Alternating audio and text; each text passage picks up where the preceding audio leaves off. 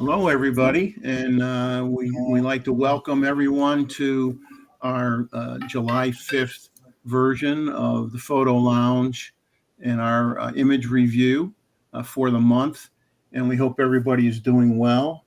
And I just want to, I know there's a few questions in the chat. If you see a crown next to your name, Randall was kind enough to explain what that was. So if you apparently made a donation to this channel at some point in time, you get rewarded now by YouTube gives you a crown on your head. So either that or you're being solicited by Imperial Margarine to do a commercial on TV down the road. I don't know which, but that's why it's there. It's nothing that I had anything to do with. I don't have that kind of power on the platform whatsoever.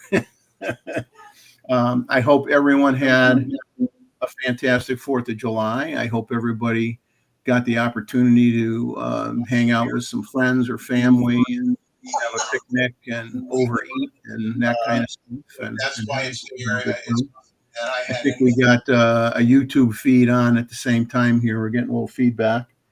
But I welcome everybody, and we'll say hi to those on the panel that were kind enough to skip an extra hot dog tonight. And we got Mr. Stewart and Randall and Gustavo, and Roy Bixby is with us here this time. And we have Terry from Down Under as well, because there's nothing better than one Australian than having two.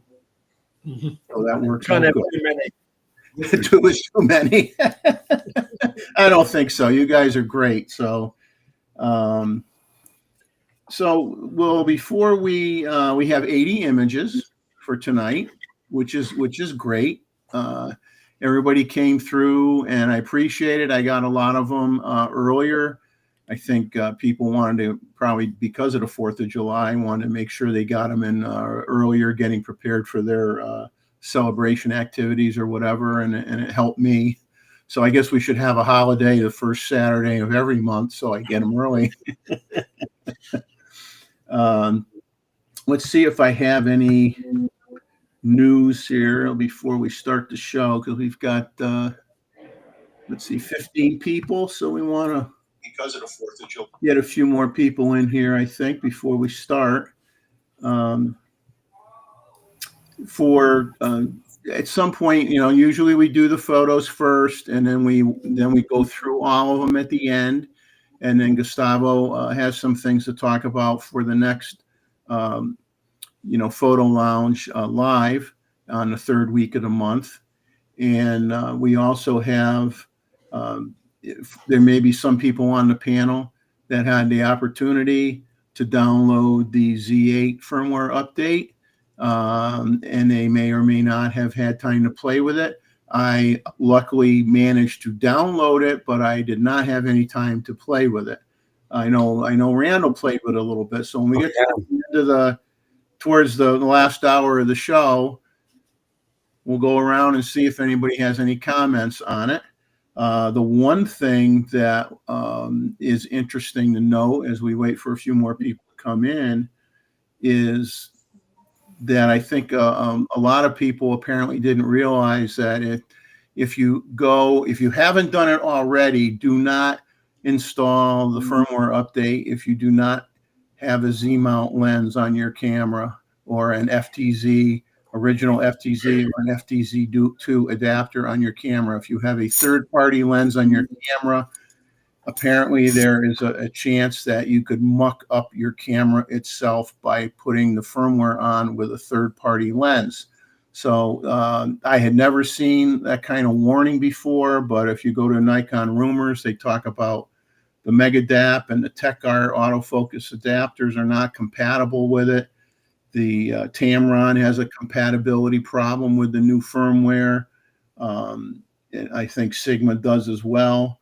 So you be very, very, very careful. And this is the risk, and I think most of us probably have at least one third-party lens in our kit. Some have a lot more than one third-party lens in their kit, and it's just a matter. Yeah, try that.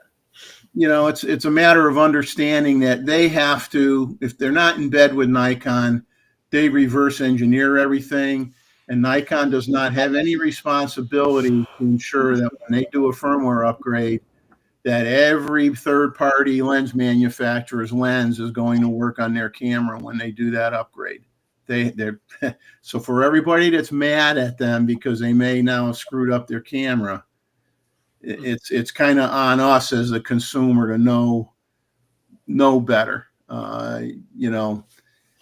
Third-party lens manufacturer will probably come out with a fix, but in the meantime, hopefully you may have to reset your camera settings from scratch, and hopefully you saved your settings on a separate compact flash card or SD card so you can reload your settings. Not something you may want to hear, but yeah, make sure you have a Z-mount lens or no lens on your camera body at all when you do a firmware update in the future. It's just not worth taking a risk.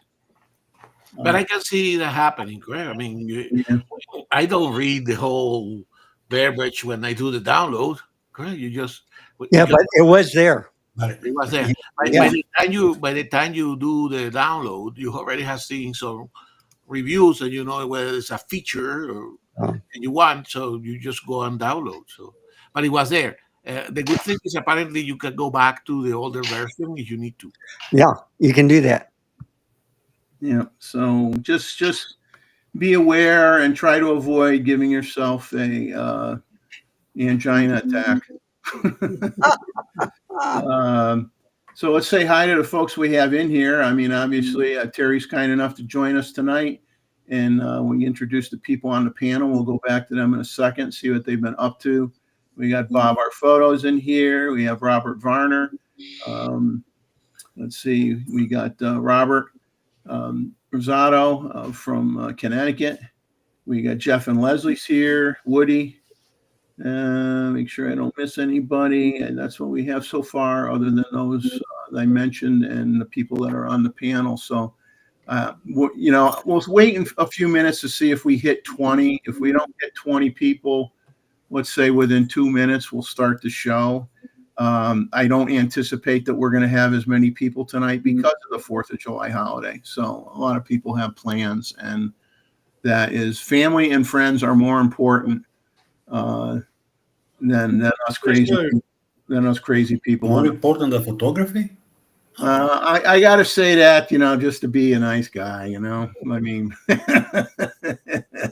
I don't want to say, where you're going to go because you weren't on our show tonight.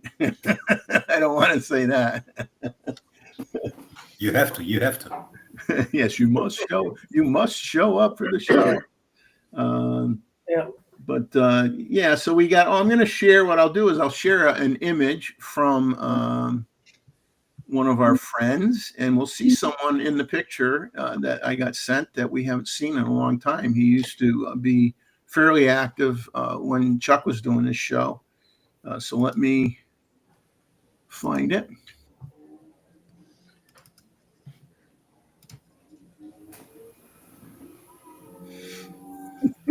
So this is from the Build Expo that recently finished up at B&H Photo, and that's a gentleman we know as Art Bear or Ted or Austin T. Rhodes, according to his badge.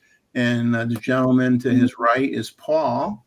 I can't remember Paul's last name, and I can't read it on his badge, even when I zoom in. But Paul used to, I know, be on Chuck's channel quite often. And I believe, I don't know if it was maybe 4 years ago now, it was a while back, Ted and Paul and Albert went to B&H Photo with Chuck, and they had to, I think, probably handcuff themselves to each other so that they could pull each other away from spending money while they were there. But Ted was nice enough to send me this image, and Ted and I talk fairly often, and he's a super nice guy. He's also someone like me who misses the Minolta brand. We both grew up with Minolta cameras. And he has quite a collection of them as well, and along with other cameras. So we spend countless hours talking about old stuff, including ourselves, which qualify as being old stuff as well. Let's see, did we get anybody else in here? No, I think I guess we might as well move forward. Oh, Anita's here now. Okay, hello, Anita. And she's the token female. She says, Anita, I wish you could drum up some, if you know other female photographers, try to get them to join in. I mean, I really, really want to see more female photographers come on, this show, and then the one that's the third week of the month as well, because you guys have a different viewpoint on photography and how you take your images. It's unique, and I think it's important that we want to get people interested in wanting to take pictures, and we need to have a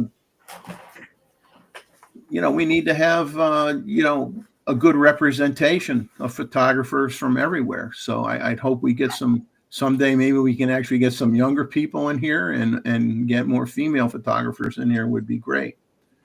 Unfortunately, we lost a few for one reason or another that we used to have on the channel that I hope do come back at some point in time. But I might as well bring up the images. And we also have Jim now, aka Real Nikon Lover. Okay. Yeah, I told Jim I was stealing one of his images that he sent me in an email, and I told him I'm going to share it in the photo review. So hopefully he stays around long enough to see his image come up. Let me bring up the pictures here.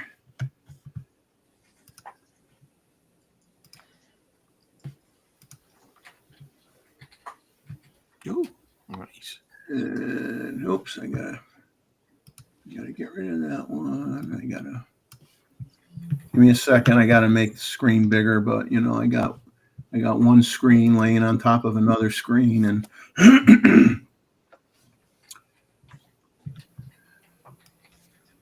so we will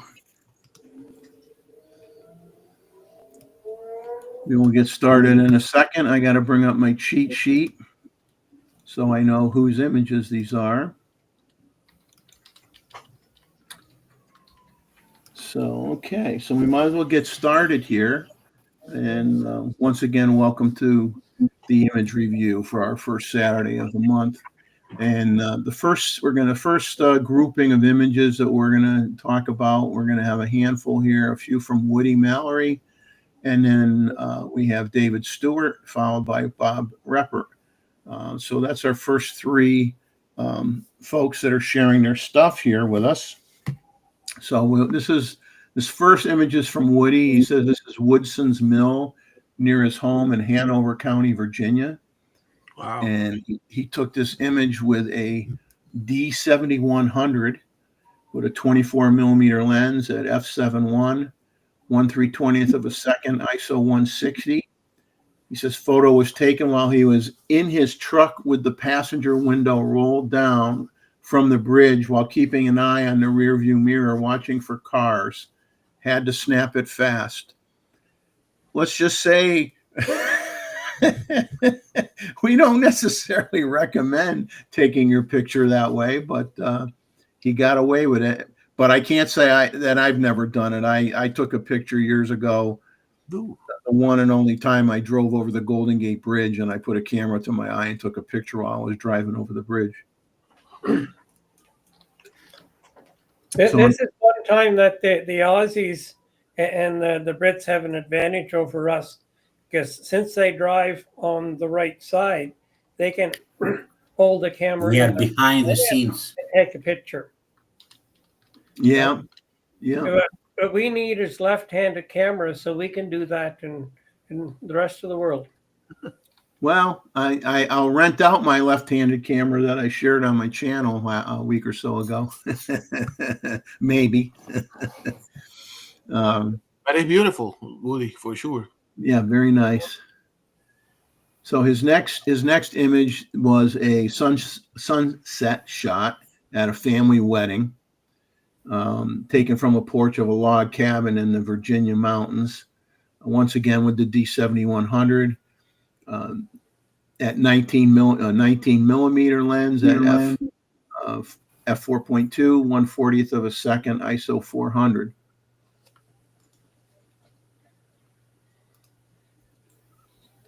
Yeah, that sky looks like it's on fire. Yeah. But you see, okay, so see, we always comment about the photo, correct? I mean, Woody, the beauty of the photo or the catch point is that you included this foreground of the chair, correct? That makes The chair. That makes it more interesting, correct? Well, I mean, otherwise, it's a nice guy, but it doesn't tell a story. With the chair, it tells a story. So, Well, give him a suggestion though that it's steal a neighbor's cat and put it on the chair next time too. no, but you know what I mean, correct, Jeff? Yeah, absolutely. Yeah. Absolutely. Composition's important. Yeah, and storytelling, and these. Now, I would have preferred to see more of the chair a little bit, but that's I think this gives us that part of what we have to show, correct? This gives us some ideas, correct? When we encounter a situation like this, remember this photo. It's in the background. Well, I always have my problem is, and I have to always like restrain myself, is to know when I want to bring up the shadows a little bit and when I should just leave it alone. Exactly. Because I do have a tendency to bring up the shadows. I mean, I'm not bringing them up to the point where I don't have shadows, but I do tend to bring them up a little bit. And sometimes you really are better off of not doing that. So that's a constant battle that I have personally with me. Yes. Is trying to stop that urge, moving the slider over. Suffer from the same illness. Yeah. So go ahead. No, beautiful. The third image that Woody sent in 3 images. So the third image he sent in is of this cardinal. He says it's intense looking. I would say that's intense looking. It was in his backyard, and he shot this with the D500. With the 500 PF, f5.6, 1/640th of a second. I think it's thinking about whether it wants to attack the camera or not.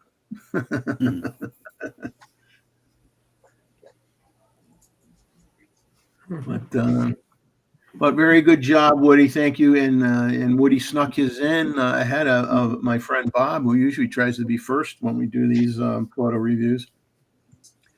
Woody, you got here first. And then the next images are going to be here from Mr. Stewart. We will let him talk about his own images. So let me bring his first one up. Okay. This one, it was shot in Lake Louise. It's about a kilometer to the east side of Morant's Curve, which is quite a famous photography place in Lake Louise for taking pictures of trains going by. And I figured I don't want the shot that everybody takes. See what else I can get here. So, and but this is and I shot this at 600 millimeters. So the train was a fair distance away at the time, but it's, you always want to experiment a little bit and see what you can get. It's nice that it's coming around the turn. And, I mean, that adds a lot to it. And then you see the power lines in the background. And and you've got the Is water, one of these water as a bonus huge as trains? well. So you have a lot of points of interest in the picture. Whether everybody takes that one or not, I mean, it's still nice to have your own. Well, yeah, it's because most people use a lens somewhere between 24 and 70, and they're looking a different direction. And unless you got something long, you can't do this and shrink the background or whatever. So, well, and who says that you can't have a long lens for landscapes? No. Yeah.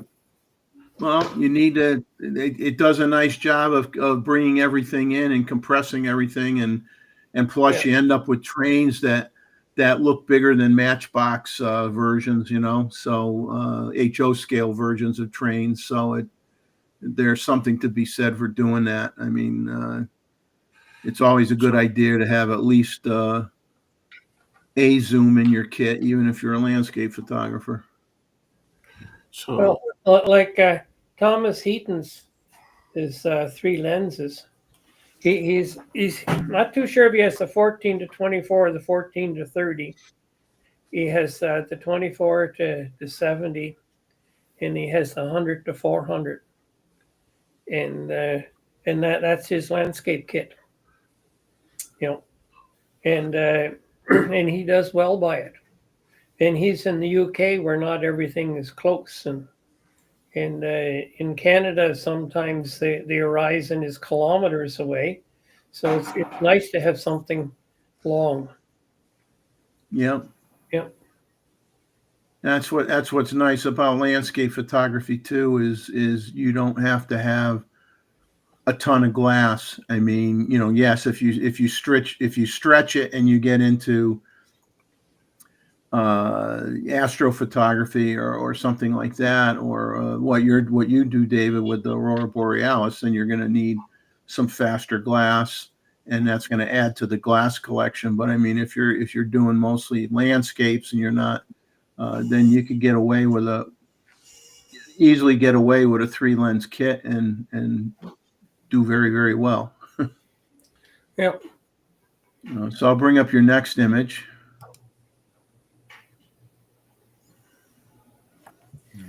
Yeah, this one was with the same lens nice. and the same focal length. Yeah. Yep. And it's another instance is who says you can't shoot portraits with the 600?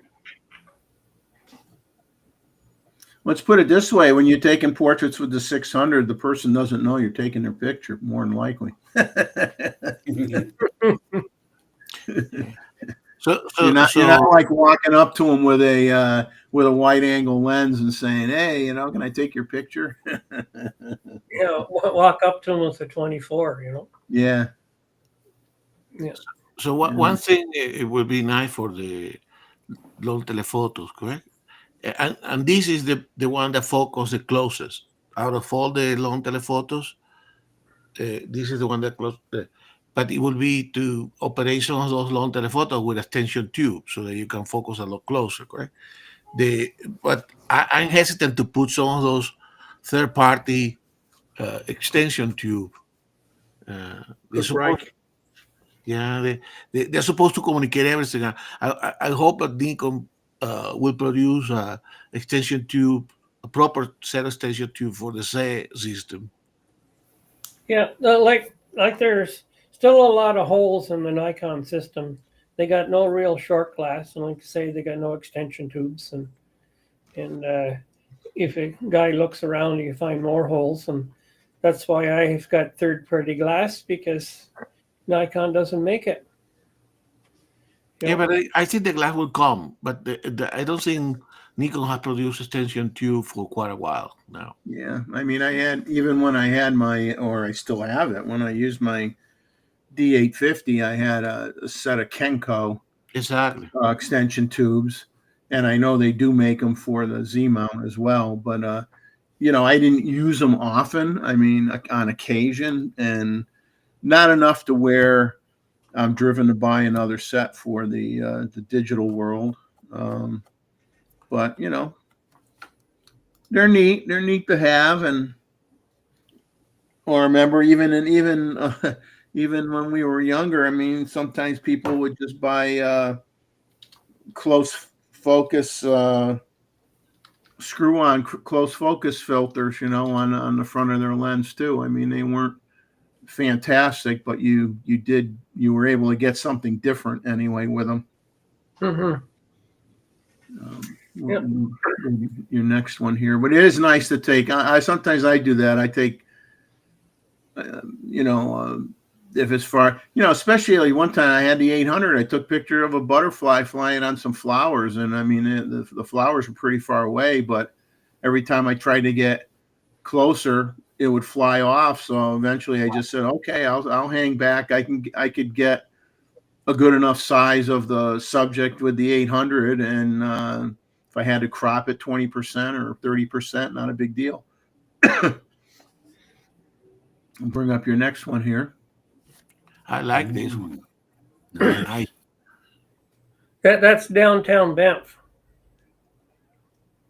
And Anita had a picture of the same mountain on the left in the background of one of hers photos last time.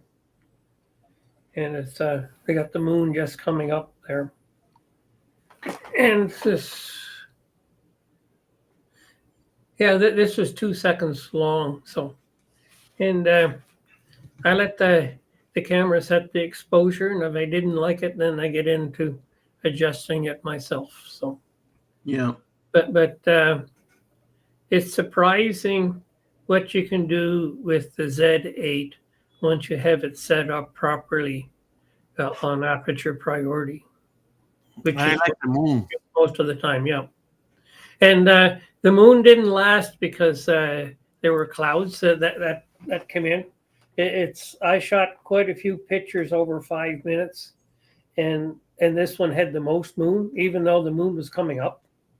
I just lost it in the clouds. Yeah. Yeah. No, it's neat. It's neat. It's nice. And, It's nice to see mountains. It's nice to see mountains. Yeah. Yeah, I realize I live where it's flat, I mean, it's just flat. Yeah, it's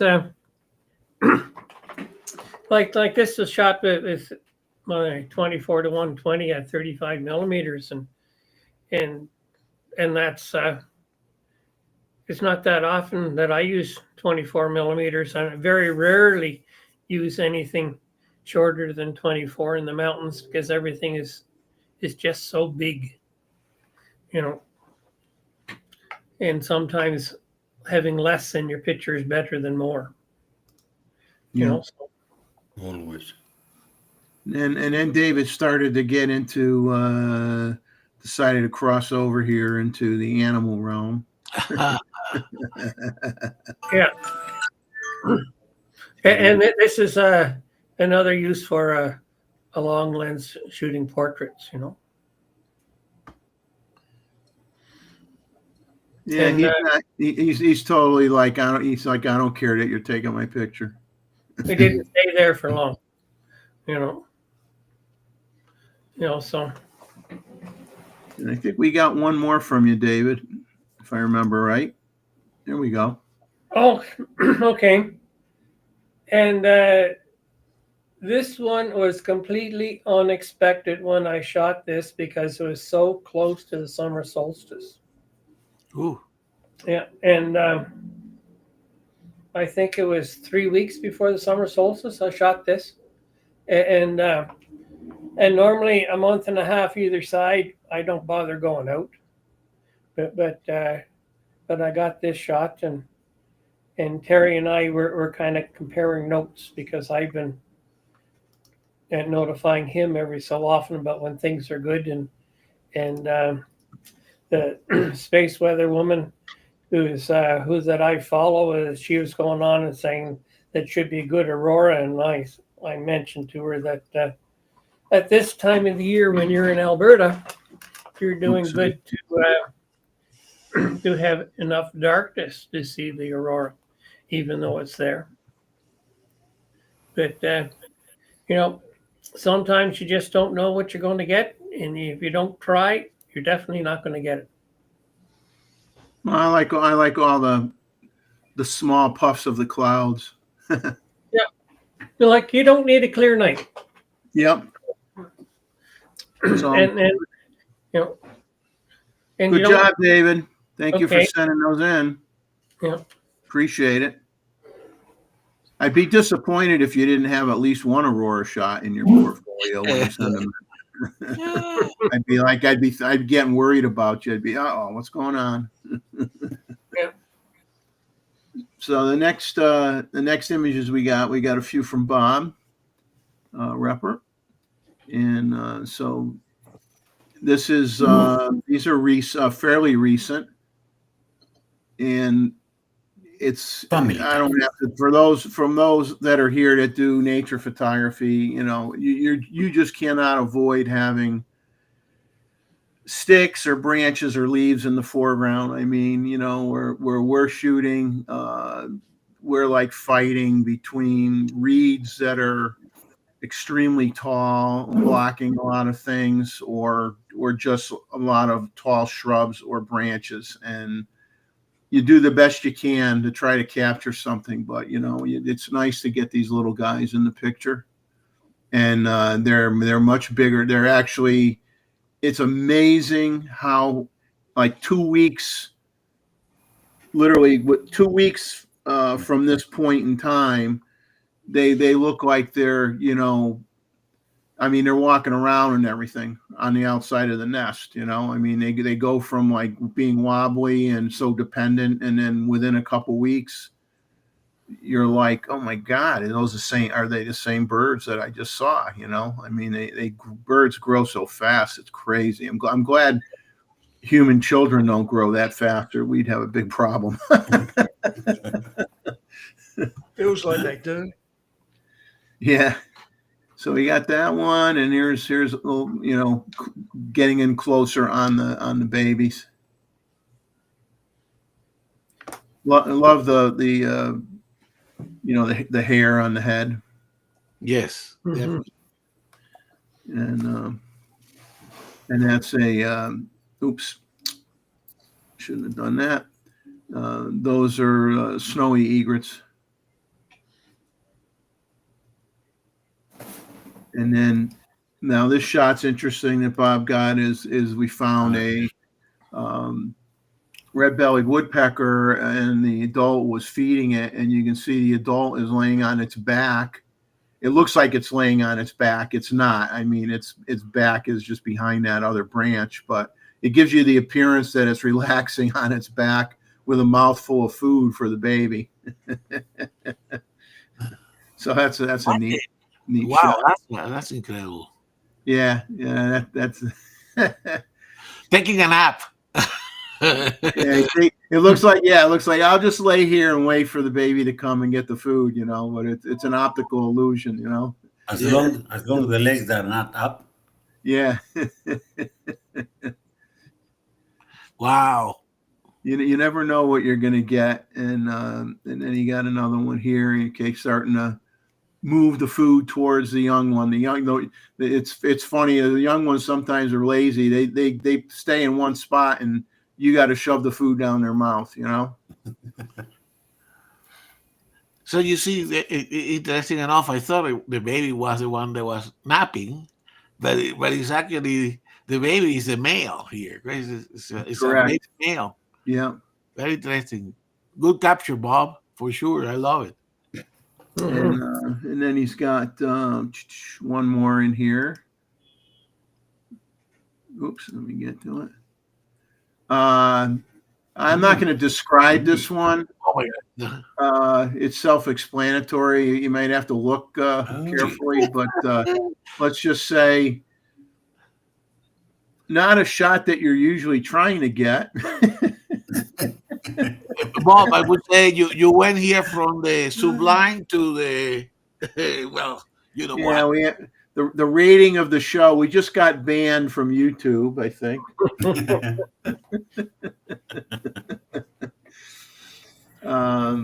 Thank you, Bob, for sending those in. Yeah, thanks, Bob. But comment. Okay, not about this. Please go to the prior one. I'm gonna, yeah. I don't want to The, stay on this one. No, but I think capturing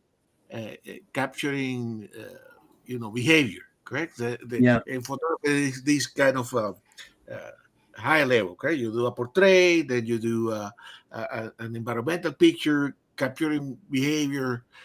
An action is the next thing. So well done here, Bob. I love these pictures. And if you capture humor, then you are in the next level, which is the prior one. So very Yeah. good. Now, the next series of shots we've got, Terry is the next one up, and I'll let him talk about his photos. And then we have shots from Anita. So we got Terry, Anita, and then some images that Luis sent in.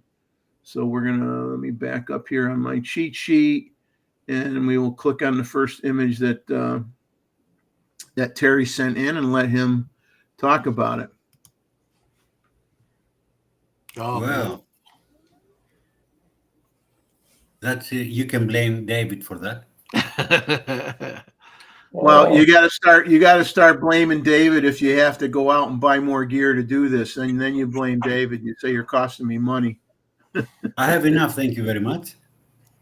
Well, So- enough money or enough gear? But you have to explain, Terry. I mean, so the colors is the glow of a nearby city, or what? It is one shot. The light is from the Aurora Borealis. Oh, okay. Sorry, Australis. Australis. Yeah. Yeah. It is Wow. one shot. The light, fortunately, the city light is behind us. In this case, more to the left actually, but yeah. The actual picture is not one of my favorite because the focus is not so good.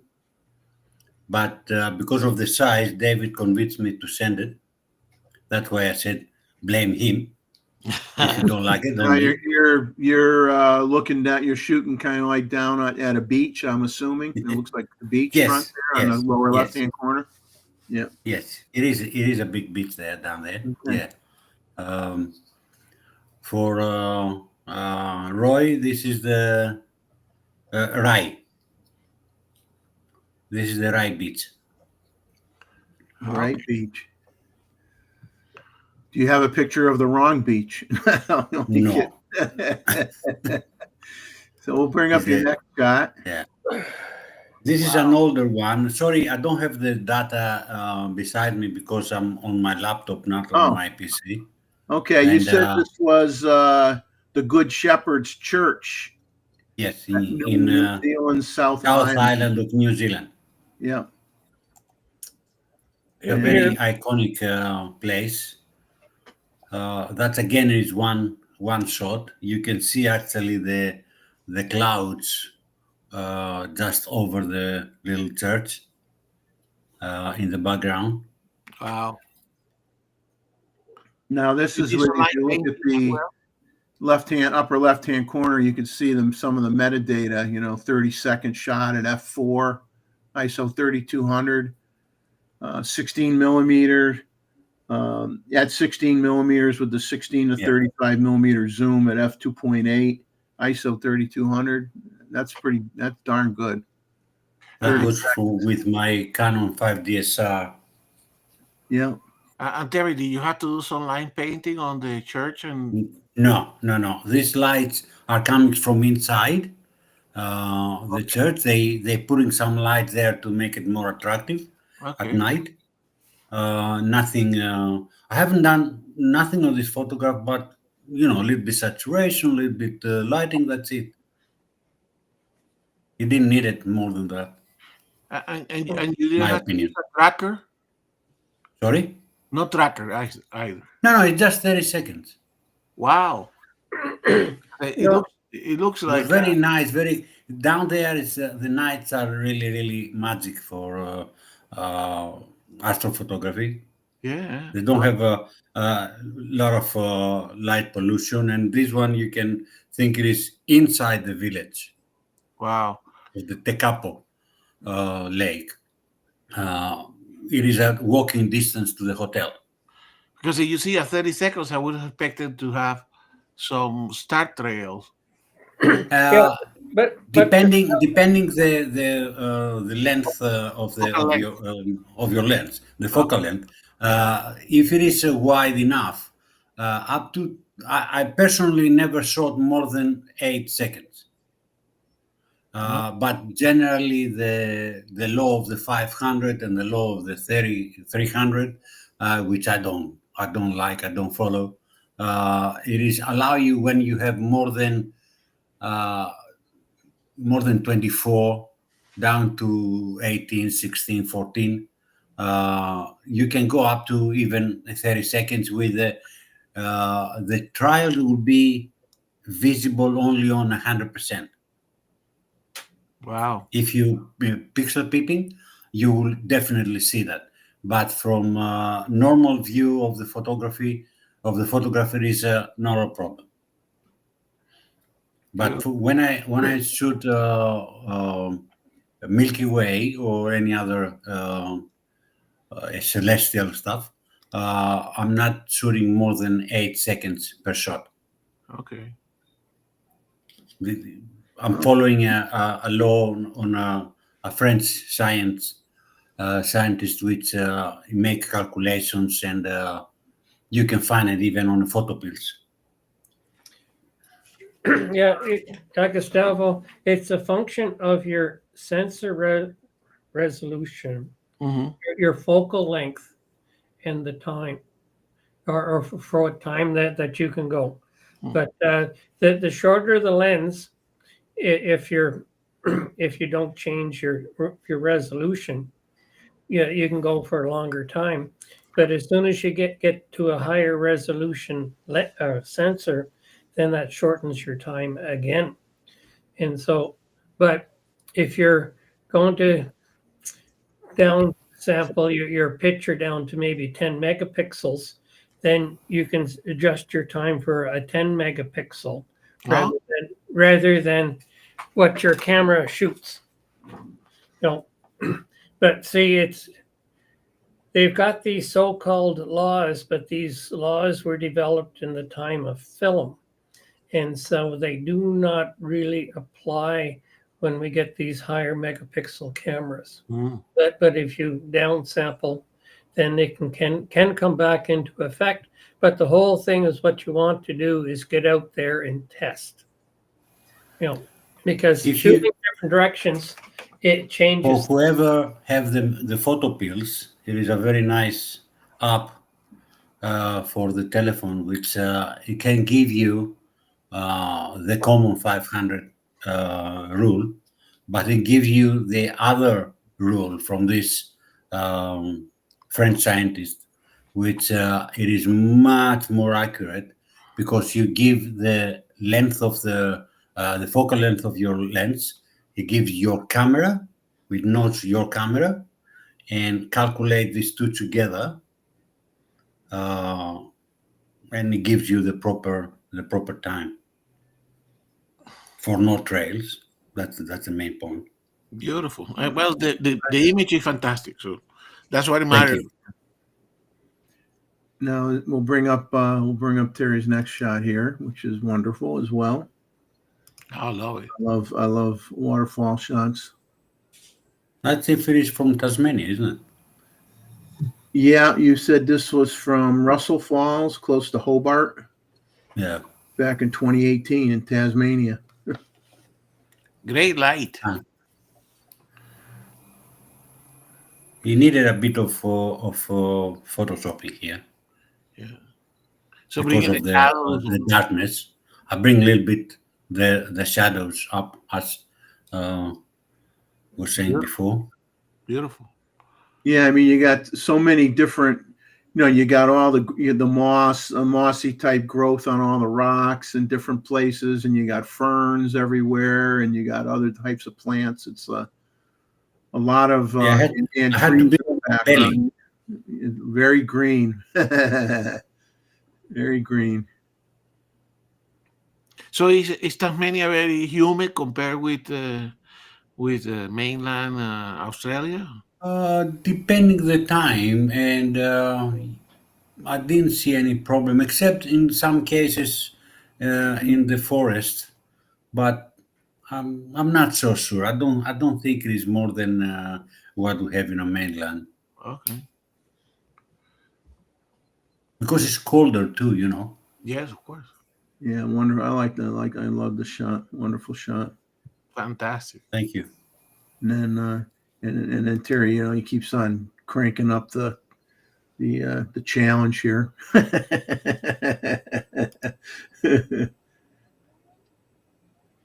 So this is what you were calling Camel Rock, Camel Rock, yeah. New South Wales. This is with the 16 to 35 millimeter zoom as well at 25 millimeters. 1.3 seconds, ISO 160 with the 5D SR, EOS 5D SR. Yeah. Terry, your landscape photos are outstanding. There's no other way to describe them. Thank you very much. Definitely, a very moody shot with the storm and the storm approaching and the clouds. It was a dark time. Yeah. I'm surprised now that did you add a little brighten up the shadows slightly on the growths there Not out of the much. water, or not too much? Not more than usual, a little bit. I give a little bit, I enhance a little bit the sky. Yeah. It's not a fake, it's not a different sky, it is the natural sky. Yeah. Just I enhance it a little bit because it was really moody. You had to, I felt like I need to enhance it to show what I saw at the moment. Because the only good thing wasn't raining. It was windy. It was a bit of. Fortunately, the sea comes out now, and the waves were coming closer and closer, and we are on top of the of rocks there. A bit dangerous, not much, but a bit dangerous if the weather is not so good. And So what time of the day, David? Terry? Sorry? What time of the day was this taken? That must be after midday. Wow. Close to not so close to sunset. Something. Do you have a time on the? I have it on EXIF anyway. Yeah. But a blue hour type of. Not really. No. It's before sunset. Before sunset. Okay. Yeah, I mean, with the orange tones in the sky there above the water, I mean, maybe you could see maybe it was an hour or two before the sun went down. Yes. But I like the fact that, I mean, that's why I asked you if you brought up the shadows a little bit, because I know I would have, but of course that's part of my problem anyway, but I would have anyway, because it helps bring out the texture. You get to see the texture of the rock formations. Actually, that's what I have done. I have bring up a little bit the details, the lighting, the more lighter parts of the rocks. I enhance a little bit more that, and I bring a little bit the rest of the shadows up. Yeah. And the next thing I did is just saturate a little bit the colors from the like motion. The browns here. Yeah. That's all. The sky looks beautiful, but the fact that you have that kind of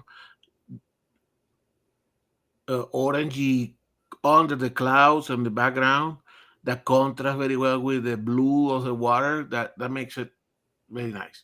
Yeah. I was lucky. Well, thank you, Terry. Fantastic. Thank you. Let's see, he's got one more here from Terry. One more. Nice. Here you go. That's what we call the Australian Wanaka tree. I don't know if you know about Wanaka in New Zealand. No. They have a tree inside the lake and always attract millions of people around the world. Okay. Unfortunately, somebody have cut a piece of it. A crazy guy cut a piece of it lately, anyway. But this tree is not alive. The Wanaka tree is alive, still flowers every year. But I don't think this one here is just a dead one. Yeah. And that's a lake or is a sea? This is a It's water. lake, but join the sea. Kind of estuary. If you see, it is on the right side behind the piece of land. This is the sea down there. Wow. It's extremely well composed. You know what is incredible, Terry? I mean, again, is the fact that you can still see some of the detail of the sky and the reflection of the water.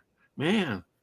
Yeah, that was that's really attracted me because in reality, actually, it was a bit stronger, but on the photograph it wasn't so much, and I enhanced it a little bit. But I thought if I was trying to make it as it was in my eyes at the moment, it would have been really, really fake.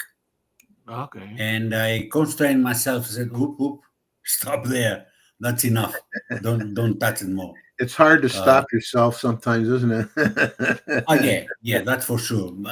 Saying that because I tried to do it straight away, and the light was too much.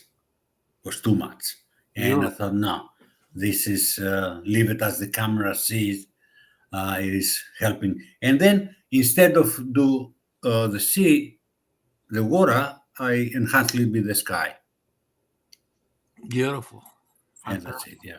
So Terry, and the only thing I've done, I've just the shadows on the land on the right was just almost black thing there, and the small bush. I enhanced a little bit the color there and the shadows. Beautiful. Now you have to choose that whatever what kind of Wanaka tree. You have to choose a picture of that. No, you pick Actually, I think I have sent earlier times a Wanaka tree photograph, but I will send another one. All right. I love it in black and white. Okay. And I will the next time. Thank you. Oh, great job, Terry, with everything. Very nice. Thanks very much. Very nice. The next images we got coming up are from Anita Stewart. So I will jump to her first shot. And Anita's nice enough to give me a good amount of information on the photos. So she says these photos are taken in Jasper National Park with the Z6 II. They're all handheld and morning photos, except for the next picture that you're going to see. So her go-to lens for landscapes is usually the 24-70, but she says the 14-30 comes in handy for some locations. Would have been nice to have more clouds for the morning photos, but as we know, Mother Nature has had different plans for the day. So this was, like she said, these were the Z6 II. This is 1/200th of a second f10 ISO 200 at 45 millimeters using the Z 24-70 f4S lens, and this is a morning sunrise shot. Wow! And you've got the picnic tables there for those that. I'm so jealous. Wouldn't that be a horrible view to have while you're eating lunch, huh? On this environment to have a lunch, yay! I wouldn't complain about that. Yeah, me either. I'm so jealous with all this green and the mountains behind. Yeah. We are so flat here. And she picked a place that wasn't burnt. Wasn't burnt. Yeah, because they had a really bad fire in Jasper last year. Yeah, it took out an awful lot of the scenic areas. But this is what we Canadians have to suffer through. Ooh, So this is her next shot. This is the this is at one that's 100th of a good. second, f14 ISO 50. This is using the 14 to 30 f4s lens. This is at 14 millimeters. Athabasca Falls. She says, due to the warmer temperatures, spring runoff, and rainfall, the volume of water was much greater than any other time she had photographed in this area. Normally, the rocks in the foreground are not covered with water. 2 days later, she said the volume had decreased to normal. So she got there when it was, I guess you could call it like a flood stage almost, where a lot of excess water coming down. Very nice framing Yeah. with the And trees right and left. She had some Beautiful. nice dark clouds too. And you can see the effects of the forest fire in the background on the mountain. Yes. Yeah, And it all goes together. So nice shot, Anita. it's exactly, yeah. And let's see, her next one. Yay. Okay, this one Where's the is, bear? Where's the bear? this is on the Athabasca River as well. 1/160th of a second, f10 ISO 100 at 70 millimeters using the 24 to 70 f4s lens. This is a sunrise shot.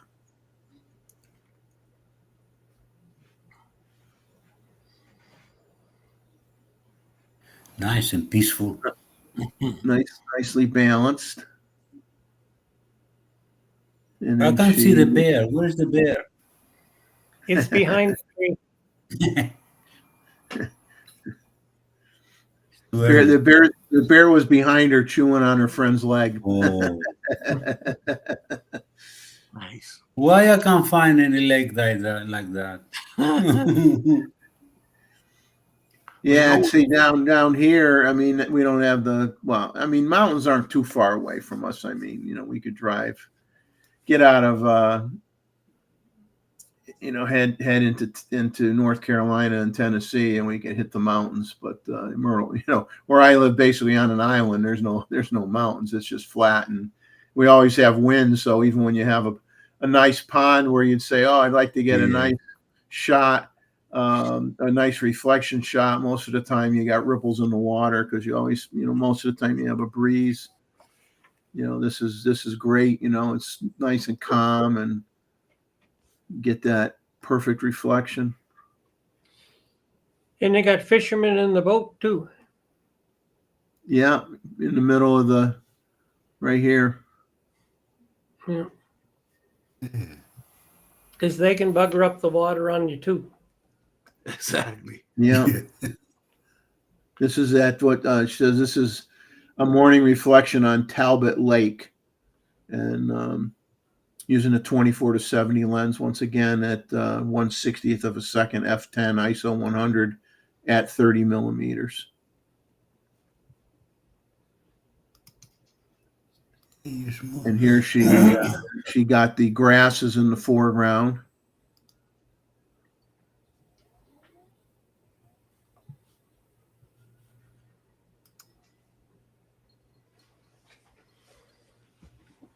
And this was with, like I said, this is at Talbot Lake as well. F10 ISO 100, 1/100th of a second at 30 millimeters with the 24 to 70 lens. The reflection looks like it is a big piece of land. I didn't notice it was a reflection. And then she sent in one more here that we will bring in here. Oy. I like this. I like this. I like you're kind of following this corner, following it all the way around. It's nice. That's what I wanted to sit and have my coffee. And Beautiful this place. was Athabasca River again, a few miles from the previous sunrise photo, at 50 millimeter focal length with the 24 to 70 zoom.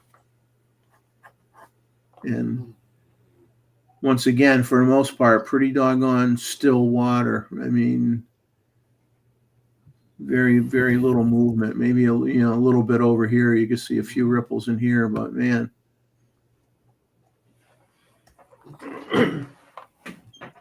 Beautiful Nice photos. reflections. Anita, thank you very much for sending those in. Yeah. Thank you. You take wonderful landscape shots, and I need you to recruit some women to come on the show. You get enough women, we could do a woman's night, and have the women share their shots. We could do a special women in photography episode or something, if you can round up some that want to share their work. But thank you very much. And we've got next shots are from Luis, and these shots that you're going to see, he took these last year in Costa Rica when he went there with a group of Spanish friends that went with him.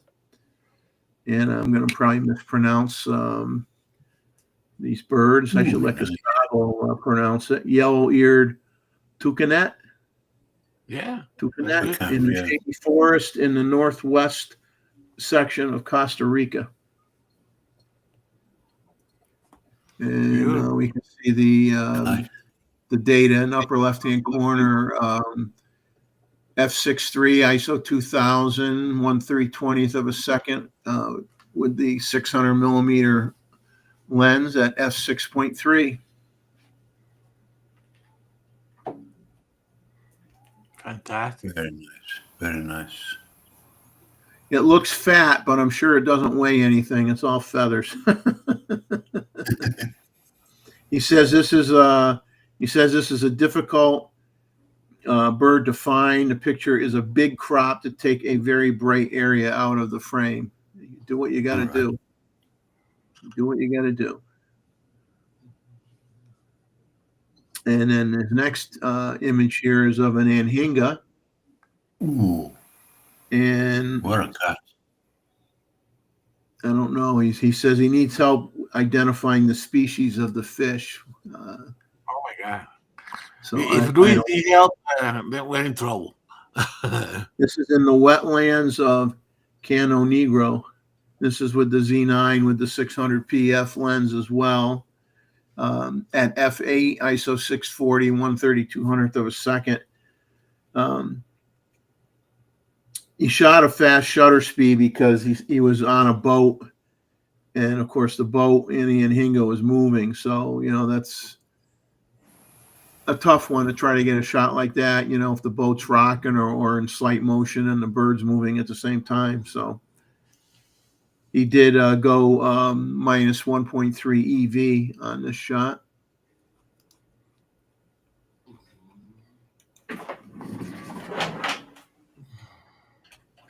Then his next one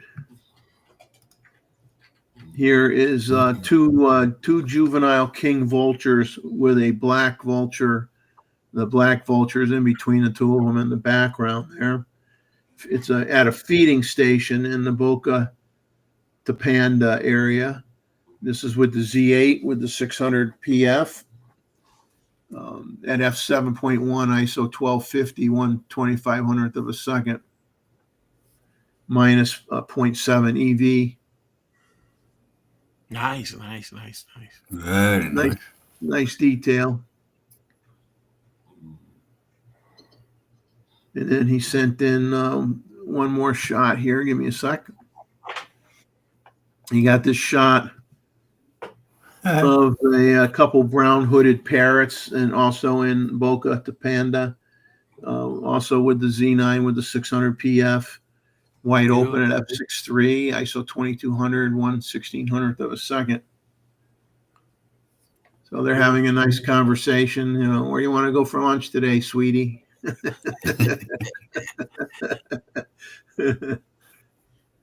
Beautiful, Luis. So Luis, I'm sure you may pop in later on, but you sent these in early, so I pretty much show them in the order I got them in. But thanks so much for sending in these images and going through your catalog, because like you said, these were from last year, and we know Luis has thousands and thousands and thousands of pictures that he's taken probably since this. So thank you very much, sir. And so who are coming next now, David? Jeff?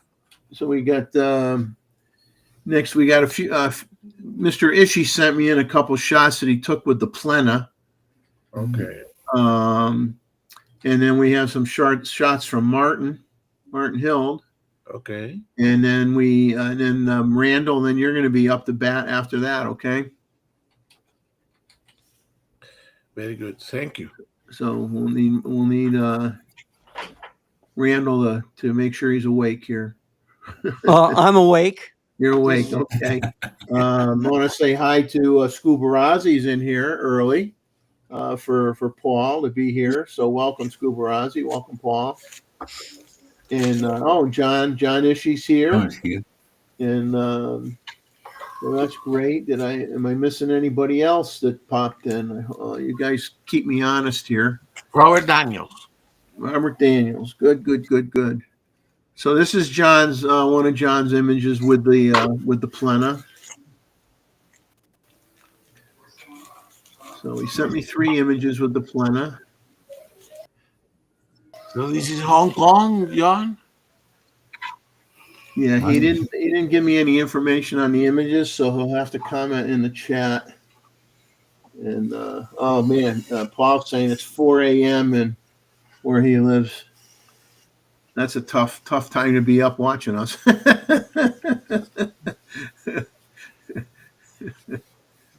A bird must have woke you up early. Victoria Harbour, Hong Kong. Yeah. Okay. And here's his next shot.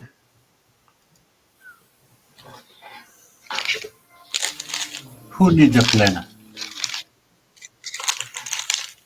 But so the question, what is a square? See, I don't know. I'm trying to get rid of the square. I don't know why it showed up. I don't know why it's showing up. it's something that you put or something that. I didn't put it there, but I'm going to get rid of it. Wow. I got rid of it. So it was not in John's photos. That was not John's. That square was not from John's photo. It was some overlay or something from Lightroom here that showed up that I had to get rid of. Wow. And then let me scroll ahead, and then he's got one more here that he shared with us. I like the statue. Nice. I wonder if that lights up at night. It might. Hard to tell. You got more of those squares, Jeff. I have no clue. It's like recognizing the people. Just the beautiful people. Probably. Yeah, there's another one here too. Yeah. It's all this AI and Yeah, it's like it's showing me the subject detection or something. Exactly. It's like, go away. Thank you, John. I know you love the Plena. He said he used the ZF for these shots. Yeah, I use the ZF a lot for walk around street photography. Personally, myself, I mean, the sensor's good. I mean, 24 megapixels is enough. Hey, John, is it ZF or ZF? Yeah, the ZF, ZF. Z, or I don't know what they call it in Hong Kong. Well, it's British, or it was. So Just not American.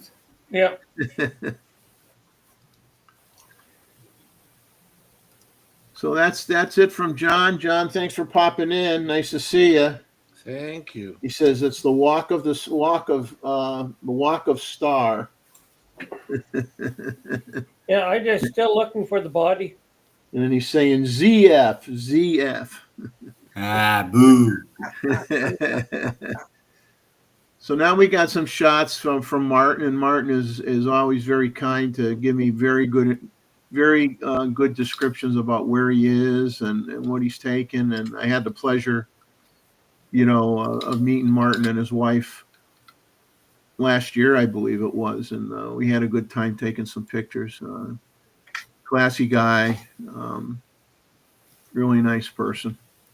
So his first shot he sent in, he says this picture shows one of the more well-known landmarks of his hometown, the Russian Orthodox Church. He says a bit of an unusual one.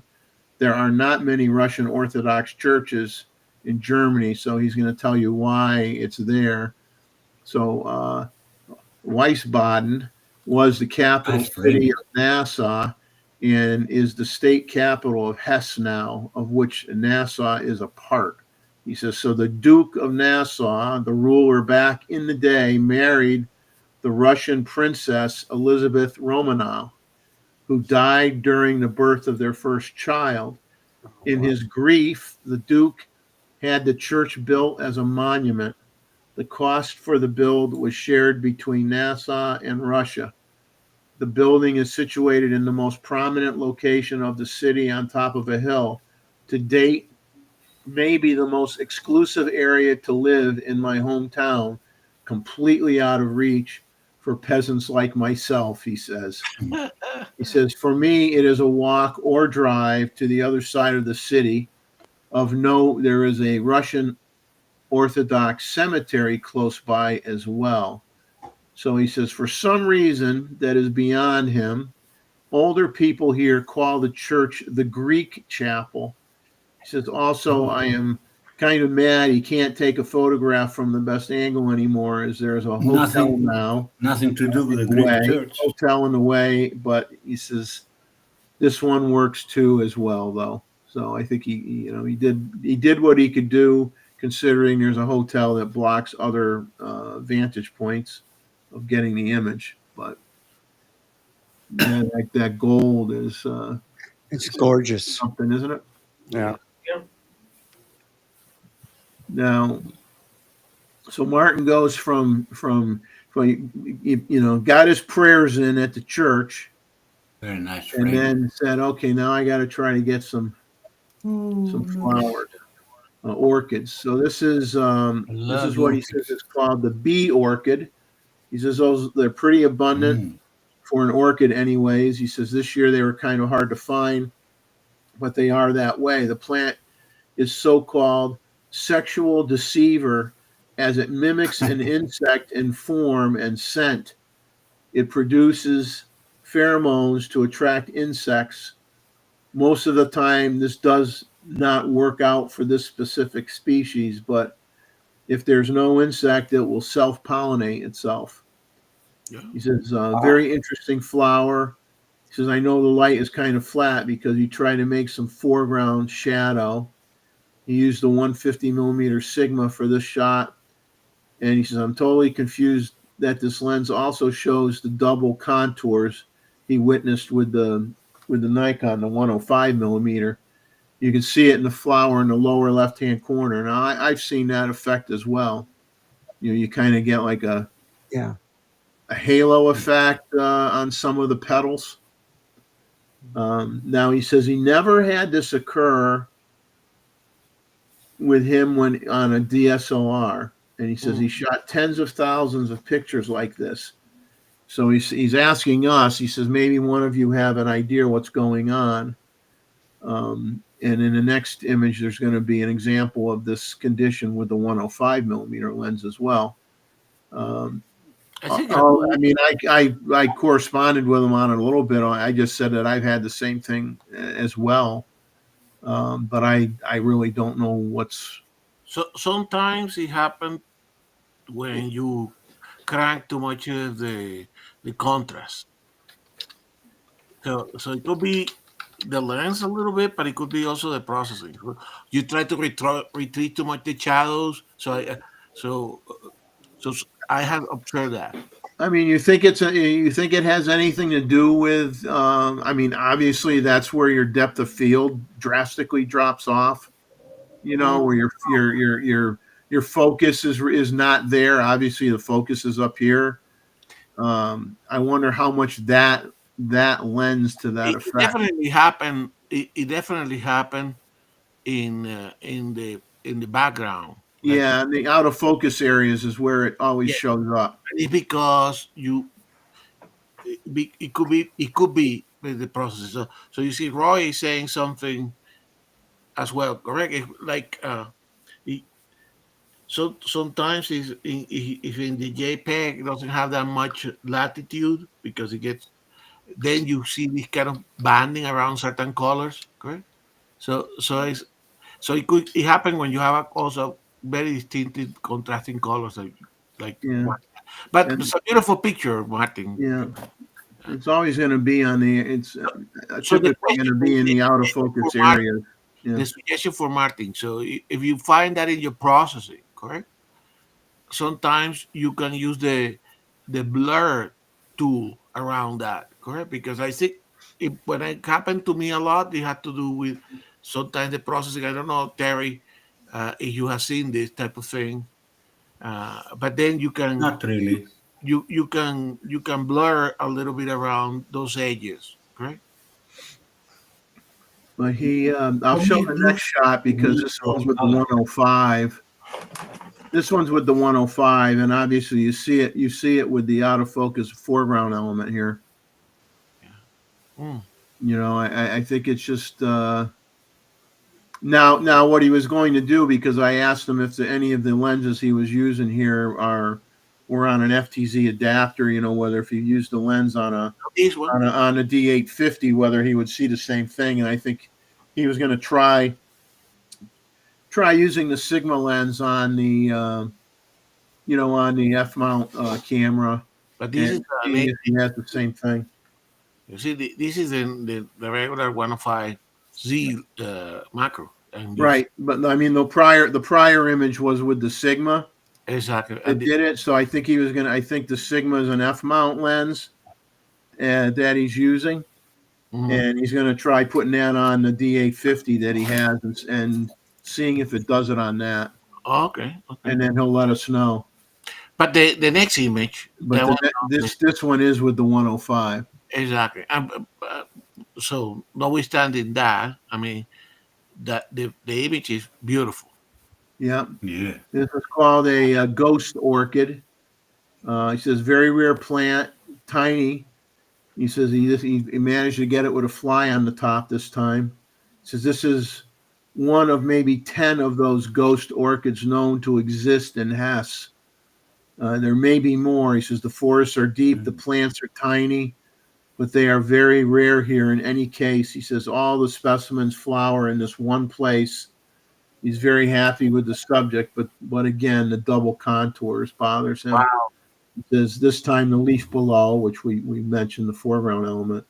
He says I cannot unsee. He says he cannot unsee it. You know, once you see it, you can't unsee it. So he says he's going to start experimenting, as I said, with other cameras in the near future to get to the bottom of this. He says might be camera issues as well. This was the Z6 II with the Nikon 105S lens, ISO 450, 1/60th of a second, f6.3. But hey, I mean, It looks, amazing to me that you get these shots. yeah. And this is a really interesting one. This is this is one of his favorite little critters, the common wall lizard. And he says they are very common on warm walls, and you see them scurrying around all the time when you walk past those walls. And he says usually he only gets them on stone surfaces, but this time he managed to take a photo amidst stone crop plants, which look like trees to him, and give the photo a prehistoric look. And I agree. Those are definitely interesting plants. He says for some reason he says this made him very happy, even though he searched for snakes without any success. He'll settle for lizards and skinks anytime though. And this is with the 105 Nikon lens as well. And wonderful shot. Yeah, fantastic. The jawline and the head is tack sharp. The eye socket tack sharp. Really nice. And sure, somebody like Luis, who photograph a lot of amphibians and reptiles, will appreciate this one. Very, very nice. Yeah. So great job, Martin. Yeah. I don't know anybody. Is Martin in yet? Has anybody seen him? I don't think so. No. Okay. So we're gonna move on. The next batch are from Randall. So warm up your vocal cords, Randall. I'm ready. You're ready? Ready to rock and roll? Yeah. I heard him singing. All righty. Here we go. So I picked up a Sony A9. Nice. And I got it at a real good price for $1,400 used. And I tested it out with the 24 to 240 millimeter zoom lens. It's like an f3.5 to, I think, a 6.3 or something like that. But look at the images. Most of these, the first 5 pictures are basically from my neighbor's house. He saw me taking pictures of the trees and the flowers and stuff. And so he was showing off his garden. So I don't know what type of flower this is, but it was gorgeous. And I got as close as possible. And you do a very good job, Mike. Yeah.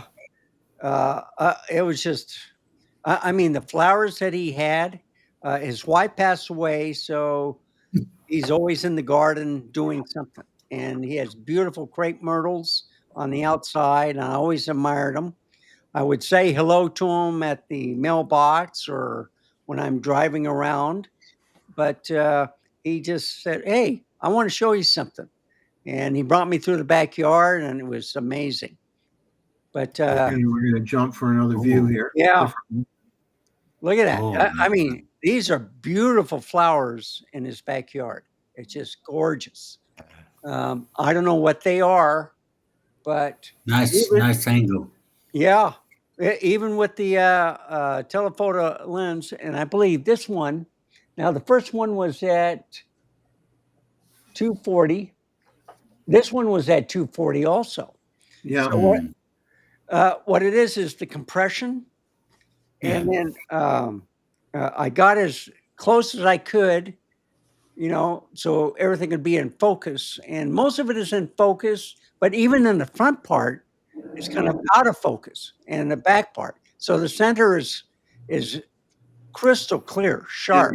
Your plane of focus is from that pedal here on the left, right here, running across the middle. Yeah, and running across the middle. And I try to get the best shot as possible, and I call that gorgeous because I didn't know what the flower was called. It is. Then I went to the crepe myrtle, which he had. So they have different shades of crepe myrtle. They got purple, kind of a between a violet and a red or a pink, and they got white.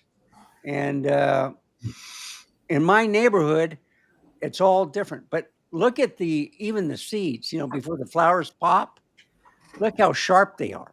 And this is from a zoom lens. This is at 240 millimeters again, but look at the bokeh in the back. So that it just rained, and there's some. Hey, Seth. It's some water drops, but it's also the sunlight through the leaves is what you can see. Yeah, and they're mixed in, and I thought that was an amazing shot also. And then if you go to the this one, I think it's a trap. All right. If you look at the leaves on the left, on the right, where you can see the little sharp stickers. I don't know if it'll close in on that flower. What do you think? I don't I think don't so. think so. You don't think I don't so? think so either. No. Okay. Because, and this is all in his backyard. I couldn't believe it. I've never seen flowers like that. I've seen the crepe myrtles, but three. Yeah, I've got 2 crepe myrtles in my yard. I got the purple one, and I think my other one is white. Yeah, that's what I got. Purple and white. Yeah. So, But now you're making me feel like should go out there and get some pictures of it before they die off. yeah. So all of these are like at 6.3. They're at 240 millimeters, and it's almost like a 6K, 6,000 by 3,376. But still, it's excellent. Want to say hi to Seth Miranda's popped in here. He's asking if these are shots from the viewers. And Seth, to answer your question, absolutely. The first Saturday of every month, we have people that join us on this channel, and we share their images, whatever people send from all over the world, all different parts of the country in the U.S. and overseas as well. So, and pretty much a variety of everything from landscapes to nature to street photography. Unfortunately, we don't get any wedding photos too often for whatever reason, but probably because they're out there shooting the weddings when we do the show. So, yeah, thank you so much for stopping by, and I hope you check us out every once in a while. It'd be appreciated. And we move on to. So this is in his backyard, and what I liked about it is the boy is helping the girl up to the water fountain. So I just called it the water fountain. But I like how people put different objects in their yard, and I never see them anywhere else. So now you notice it's in his backyard, not in the front yard, because that would probably be stolen. So Yeah. yeah. Well, no, With the pipe? no, because Randall, you have someone that can watch over it. Yeah. Yeah. The star. Yeah. So this is Wanda. Now she has a collapsed trachea, and she's had 2 of seizures this past week. One was eating food, and the other one was she fell wrong after stepping out to do some business. And so you just pick her up, you rub her belly, make sure that she's massaging her chest, and then she'll come to. But my Yorkie was getting in the same situation like that, but he would take a few steps and then he couldn't breathe, so I had to put him down. She's only 12 years old, but she still gets around. She's still lovable. I just keep an eye on her all the time. Yeah. Yeah, and you can see a little grass or something on the end of her nose. Yeah. But, yeah. So I decided to share these pictures because with even one of the first what is it the A9 was a fantastic camera. I still think it's a great camera, but then using a telephoto lens, I'm just amazed. So So Jim is saying he responds the same way, Randall. Just rub his belly and he comes around. yeah. Naughty. Who's coming first? Who's coming next? So Randall, thanks for the variety of shots here with your neighbor's flowers and everything. So thank him for letting you share images of his backyard. Yeah, I did a video on it too. So So who's next? So the next images we've got coming up is our friend Mr. Joe Stroud sent me some images. Oh, And then after Joe, I've got a few more shots that Mr. Stewart sent in as a couple extra shots. And then Gustavo, then you're up after that. So Okay. we'll hit Joe's first image here, dragonfly shot. Nice. And this is with the Fuji X-H2 and a Laowa 65 millimeter macro, 2x macro. Wow. Mm. And I'm sure that dragonfly has no problem seeing just about anything it wants to see. Yeah. And let me move ahead here. Joe's next shot is of a great blue heron. Nice. This is with the Nikon ZF and the 100 to 400 zoom. Beautiful. He has like a film vibe, right? Yeah, he has when you probably shot this pretty much wide open, I'm assuming, because you get that blurry background like that, you get that separation, and you get that 3D look that way. It's cool. It's almost like a painting.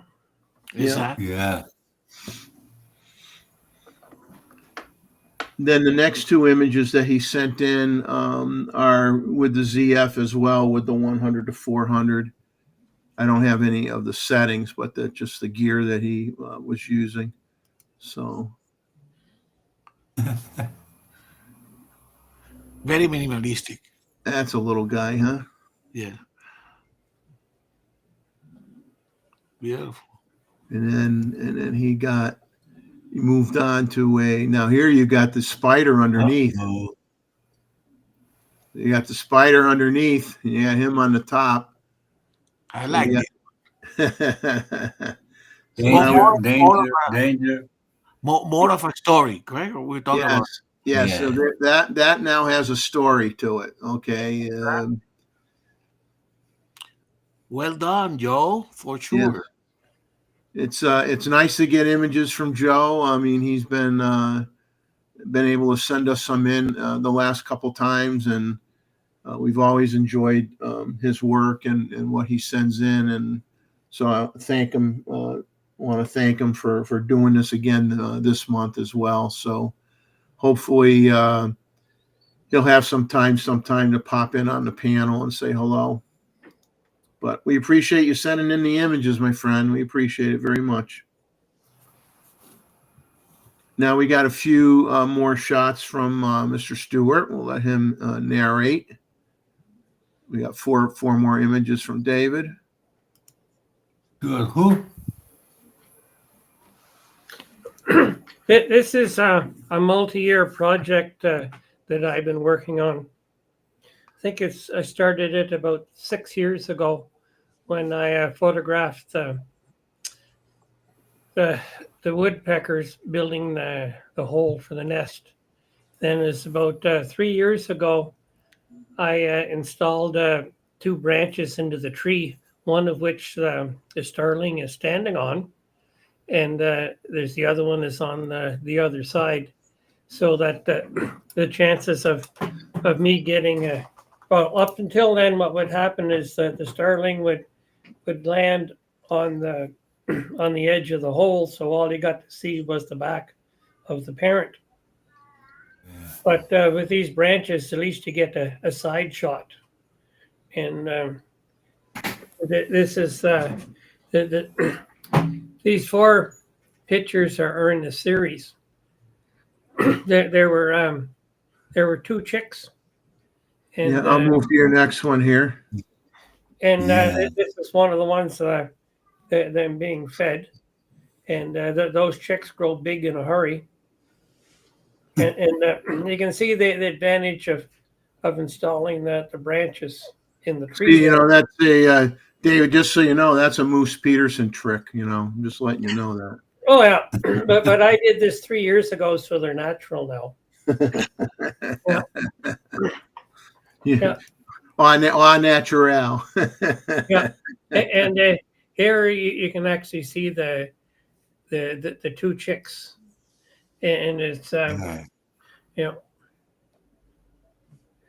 and it's I took these over a period of a week, and what happened one night is the two chicks fledged, and they didn't tell their parents, and it's so here, and the parents came back for the next 2 days looking for the chicks. Oh my God. And the chicks were nowhere to be found, except I found one of them dead beside my trailer.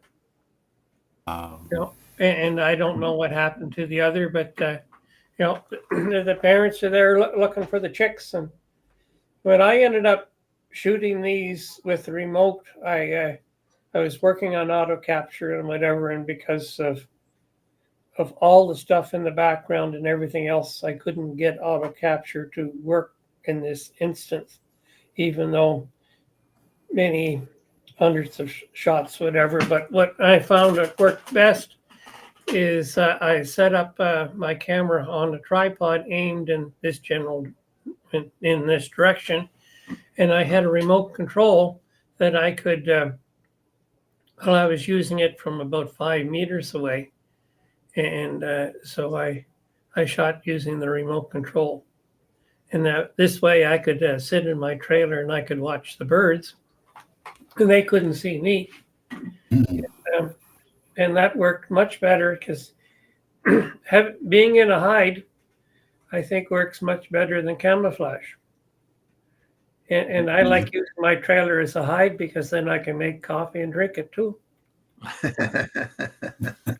Yeah, and you get to sit there and watch the birds, and everything else. So thanks, Dave, for sending in a couple extra shots. Beautiful. Very nice. Appreciate it. And these are all shot with my 8.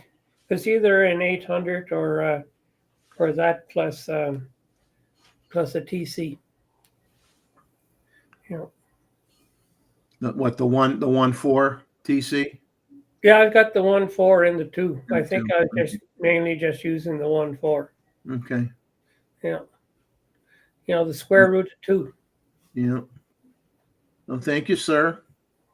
Thank you, David. Thank you. Gustavo, you want to take a shot before you shot of something before you start talking? No, that's all right. All right, just giving you the opportunity. So Gustavo's shots are coming up right now, folks. All right. Wow. Oh. So I sent an email to Jeff, so I'm going to use that as a proxy for what I had to say. So for this image review, I decided to share several photos of the here observation of the western bluebirds, right, around my house. Right. Currently, I have 2 active nests and boxes, and this is all photos from the same pair. So it'd be like what David was saying. It's a project, correct? So this first photo was taken again in the season, about probably almost a couple of months ago, when the bluebirds were still selecting boxes and defending them against intense competition from other western bluebirds and 3 swallows. Okay, so in the photo here, it shows this male, which is the one on the left side, attempting to feed a bug to the female while she's holding a rather large twig that she tried early on to put inside the next box. Okay, so she was unsuccessful maneuvering that twig, but she didn't want to let it go. So this was a rather comical situation here with him trying to feed him and she holding on that. So that led to a nice series of photos. Many of you know that a lot of birds do this feeding, correct, as part of the courtship, correct? Yeah. So Well, they call it in we call it bribery too.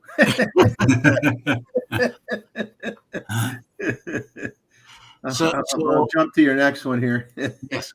So the other thing that I like to do later on. So here's a detail of the female bluebird a couple of weeks later, landing into the nest box, and you can see here bringing some food. Correct. So the I love watching what they bring because there's such a variety, and of course he goes from early in the season they try a lot of spiders, and then they go into uh, grasshoppers, and then they finish with um,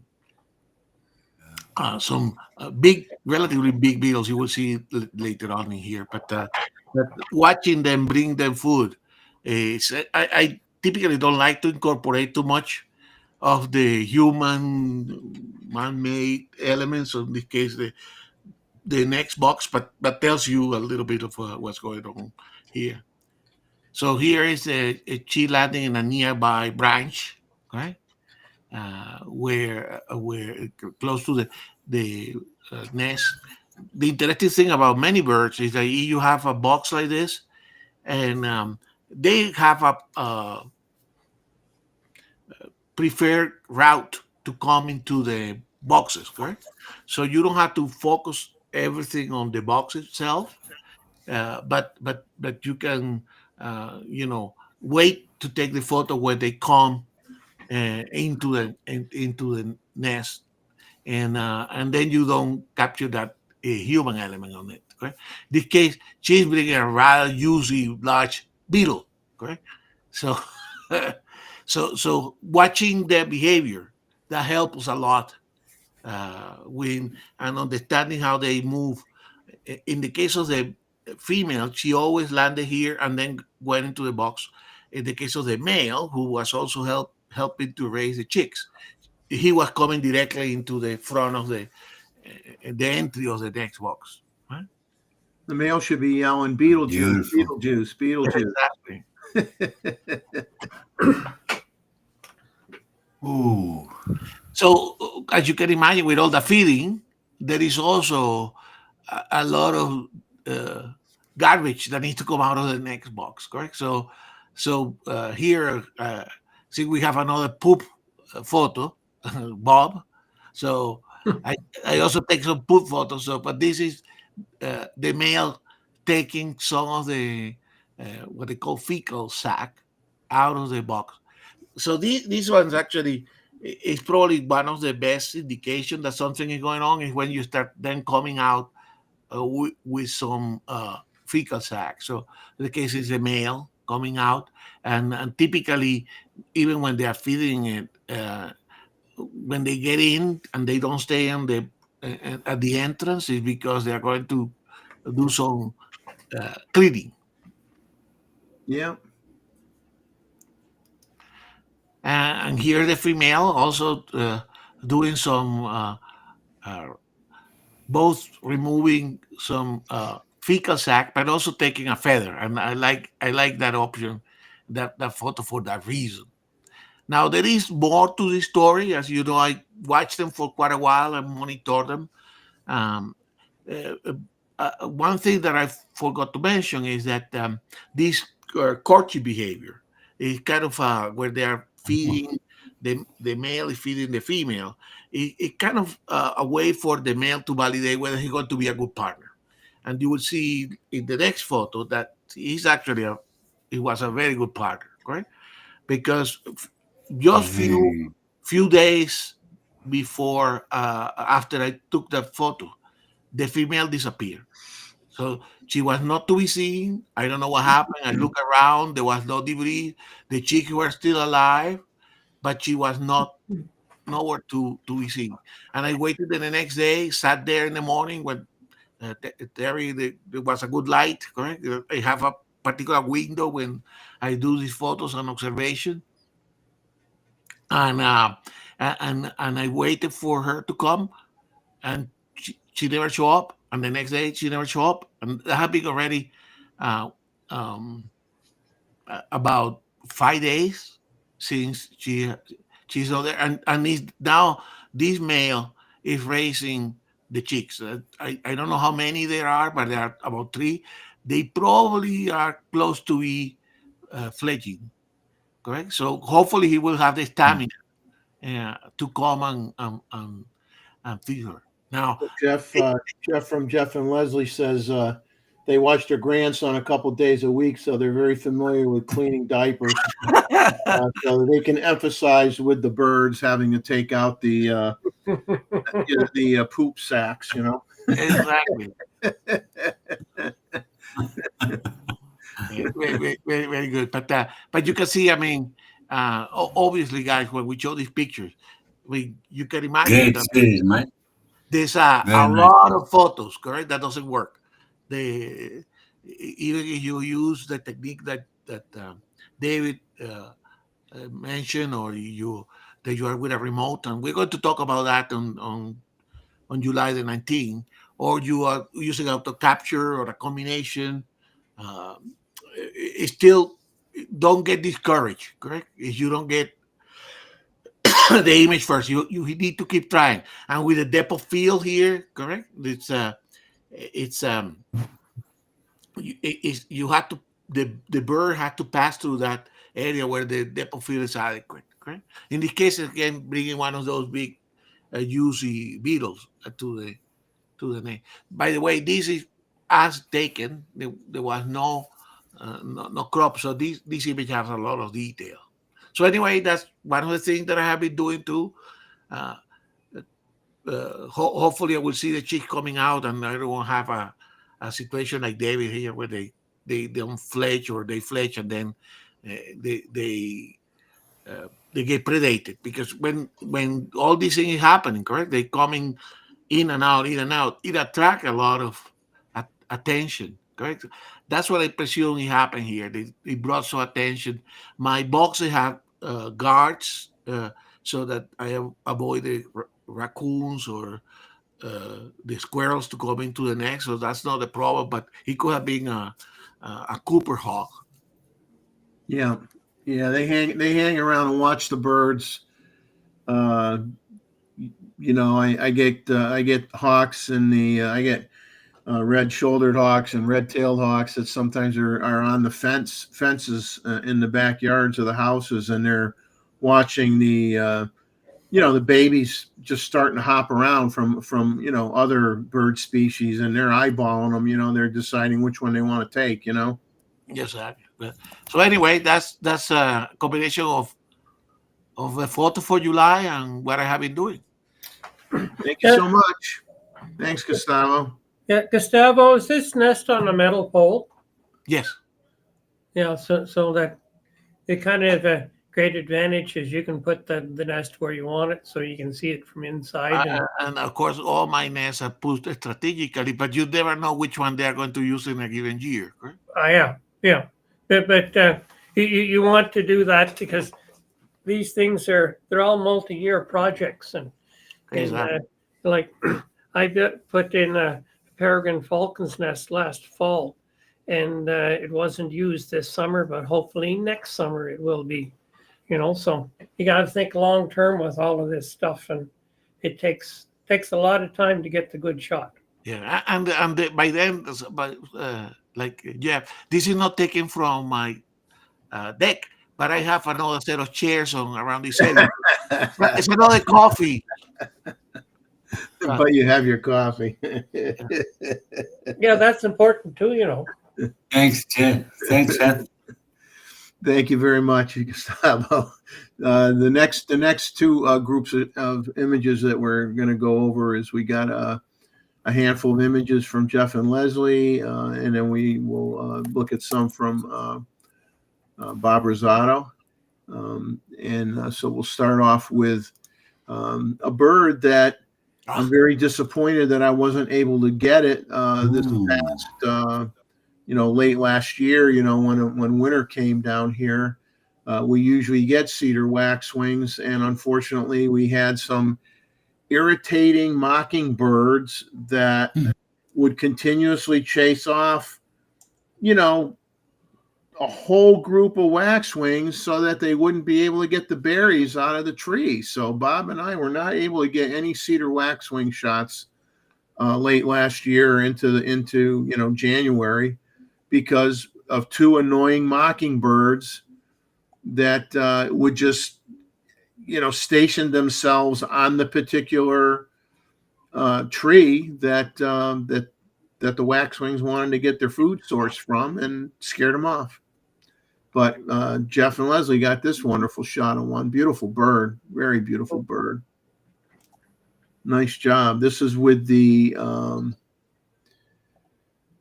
Canon RF 100 to 500 f4.5 to 7.1 L lens, 1/640th of a second at f7.1. Like I said, ISO 640. Very pretty bird. Beautiful bird. And so Jeff writes, with all the family craziness going on, they haven't been out much, so there's a lot of birds in the set that he sent me, which is fine. He says, sorry about that. He says, the cuteness overload was shot by Leslie, so we'll see if you can determine which one is the cuteness overload. And he says he thinks she took that one on her iPhone. All the rest were shot with the R7, Canon R7 with the 100 to 500 lens, as I mentioned, for this image. So the next image that he sent in is of a ruby-throated hummingbird. Oh, nice. And it's feasting on I'll pronounce it wrong, Crosomia, Crosomia, Crosomia flower in his yard. He was only about 10 feet or so away, shot with a mechanical shutter. ISO was pretty high to get a fast enough shutter speed. He did run it through Topaz AI, Photo AI, to do some noise reduction on it, but wonderful shot. Wonderful shot. They love those long flowers. They love those flowers. Then moved on to I should have music playing here. Moved on to the flight of the bumblebee.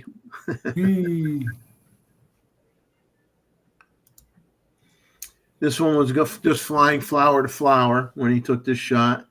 And he used the pre-capture feature that's on the R7 to catch it mid-flight.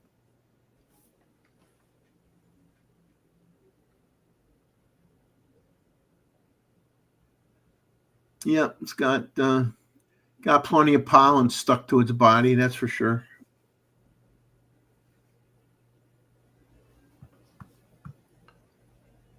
Now, I think this is what Jeff means by the cute shot. So here's this is I'm sure Leslie took this with her phone, I guess, and it's a shot of Jeff playing the guitar and singing to his grandson. And he says he loves his daily concert. He doesn't think much of grumpy me singing. He says he has a good ear, but he loves to listen to him play the guitar. He does like it when Grammy, Leslie, sings. And he says, well, she does sing a lot better and is a whole lot easier to look at. But see, these are the images that, we always or I always comment on, are the ones that you remember. They matter at the end. The pictures of family and grandkids and stuff like that. And I'll have two grandkids with me. Next Saturday, I leave to bring two grandkids back with me from Connecticut. So it'll be the first time they've been here. And I'm looking forward to getting a lot of pictures of them while they're visiting. So that'll be the first time they were down here in Myrtle Beach. And then he got these interesting. So that was it from Jeff and Leslie. These we're now getting into the images from Bob Rosato. This is a mountain laurel, and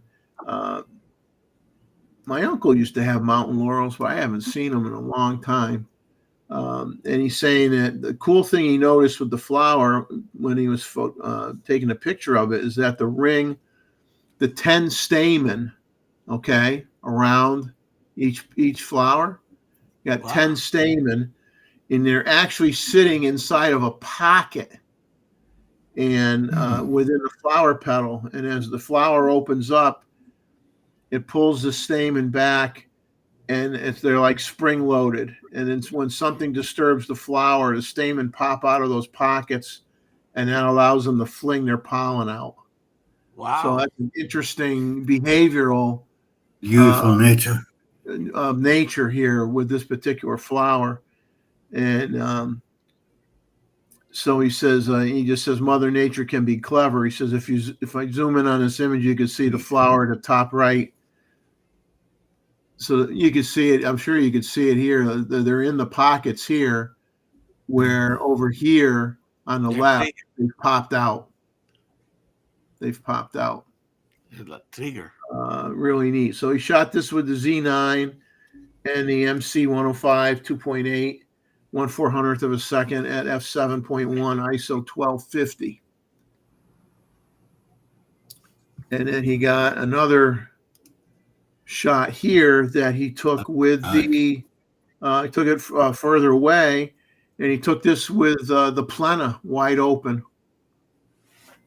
And he says not the sharpest, but he shot with the, of course, wide open. You don't have a lot of depth of field, but I mean, you can see you can see the detail in here, but everything falls off quick. So this was, with the 135 f1.8 plena, 1/400th of a second at f1.8 wide open, ISO 180. Now the next two shots have a story because I used to work at the same company. I retired from the company in Windsor Locks, Connecticut that Bob works at, and he sent me these two flower images, and then he said, well, I think he probably sent these to me maybe on this past Tuesday, I believe. And then he said, I'm going to visit a friend named Leon Cromer is his name. He might be watching the show tonight. And if he is, Leon, I want to, Leon celebrated his 81st birthday on the 4th of July. So Leon, if you're watching, I wish you a happy birthday and a happy 4th. And hope you had a good time. And the whole thing with bringing up Leon's name is he worked at the same company as well. And he used to race, well, I shouldn't say used to, he still does, race motorcycles. And he was a tool designer where I worked, a very nice individual. And he bought a Ducati like 14 years ago, I believe. And he races it. Oh, so Bob met him at a racetrack and got a few shots of him. So here's a few shots of our mutual friend Leon in the red Ducati going around the track at 81 years young. And Bob says he had bought the 600 PF with him, but it was too much for a couple of spots. He had limited access on the track, and he says he should have brought the 1-4 instead, but he actually brought the 135 millimeter plena with him, and that's what he ended up using. So this is shot, obviously he's pretty close because this is with the 135 plena. And in the next image that you'll see, it was not cropped, so he was pretty close to Robert. So there you go. So happy birthday, Leon, if you're watching. I'm glad you're still riding your motorcycle and racing, and good for you. Good for you. 81? 81 years young. 81 years young.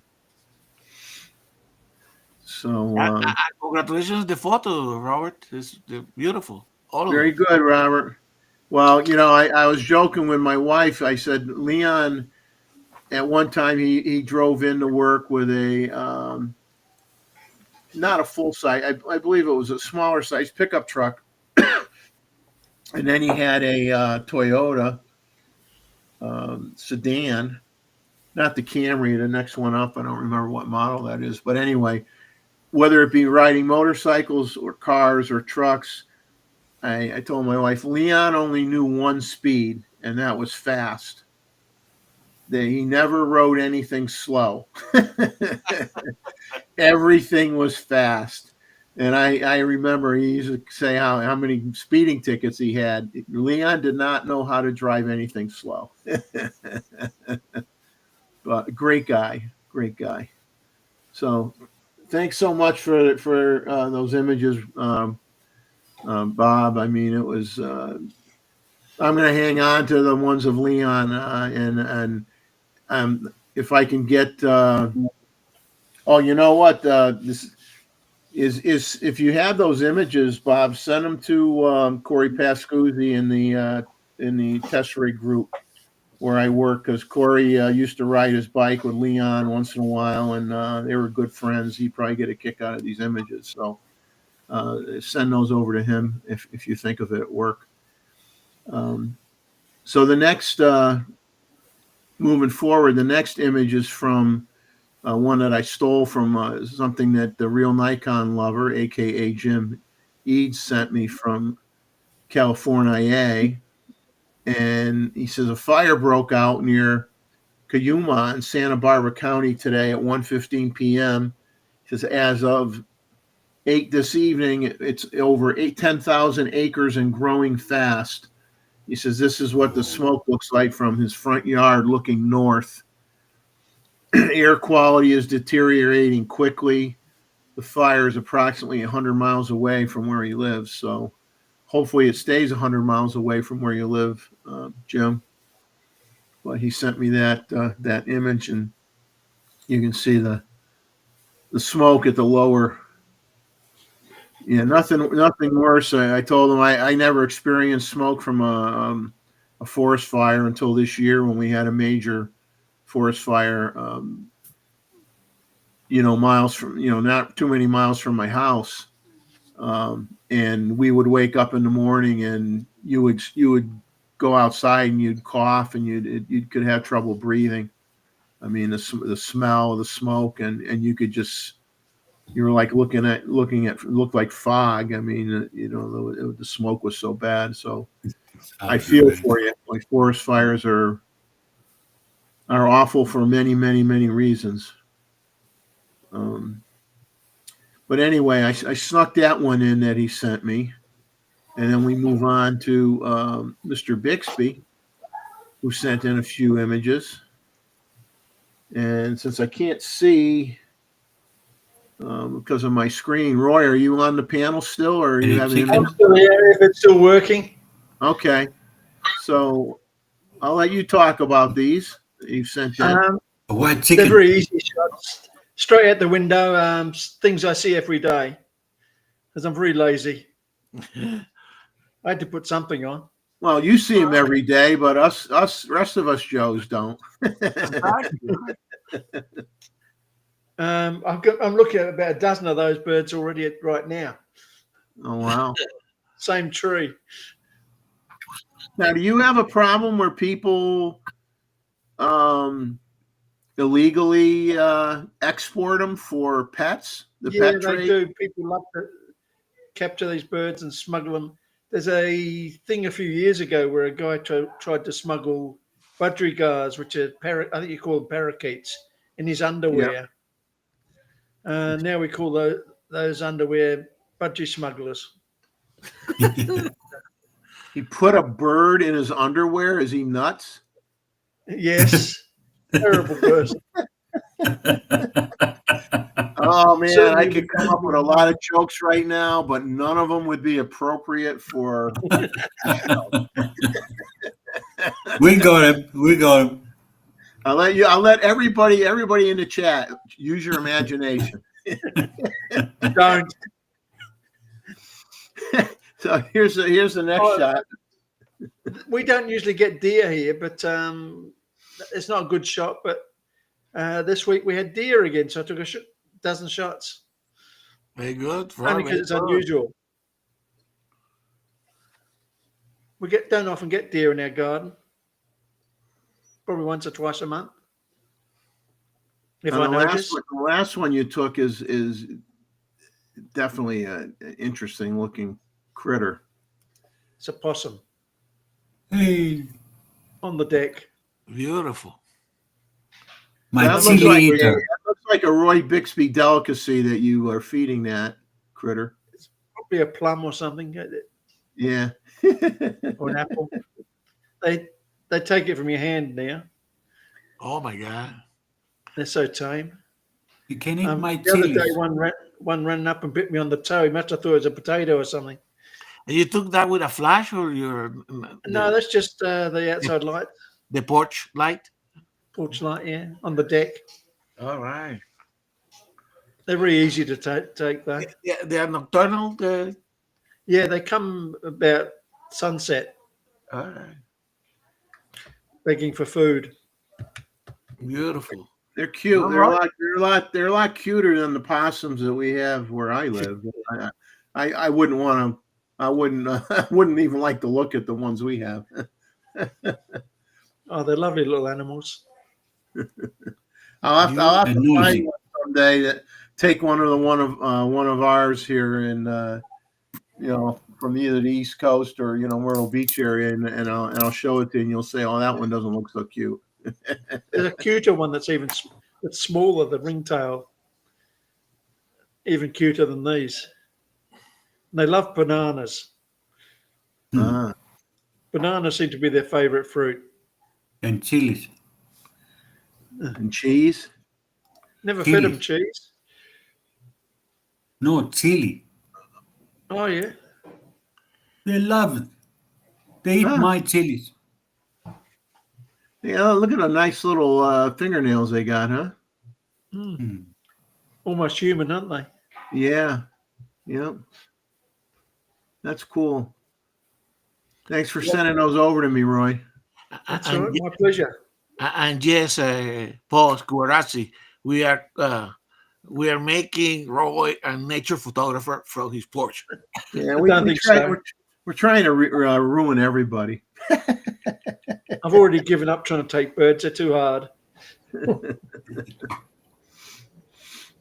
Thanks a lot, Roy. We only got, let's see, I think 2 more sets of images. We've got Scubarazzi, Paul, and myself. And then we'll go and we'll start at the beginning, and we'll, as we usually do, and we'll spend a couple seconds, 3 or 4 seconds on every shot.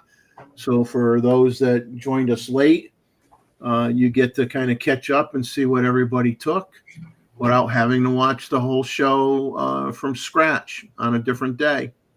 But first, we'll show the images here from Paul.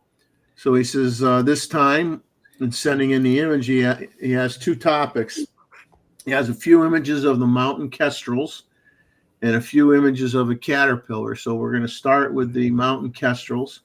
He says the 5 young kestrels already left the nest 2 weeks ago. Mm. So he says in this first picture, you see the kestrel male that brings some food to the little kestrels. He says this image was triggered automatically by a mobile phone and the MyOps Smart Plus. He says he did leave the setup in a barn across the nesting box. The setup was there for 3 weeks and has done several thousand images.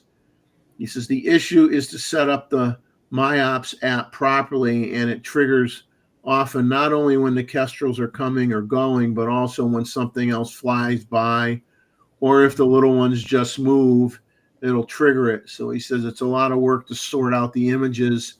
As you can see, says the young falcons are already very big and close to flying. And he used for gear, the Nikon D7500, the Sigma f/70-200 lens. This was at f2.8, 1/1600th of a second, ISO 2200 at the 110 millimeter setting. And like previously mentioned, using the mobile phone and the MyOps Smart Plus app. In his next image, you can see the dinner bell. The dinner bell is ringing. He says the father's bringing the little ones a fat mouse. It's impressive how much food the parents bring to their kids. Same camera body, same lens. Pretty much the same everything. This is at 110 millimeter setting, ISO 450 f2.8 1/1600th of a second. Yeah, the mouse is saying as it sees the rest of them in there, I don't have a chance. Great image. That's nature for you.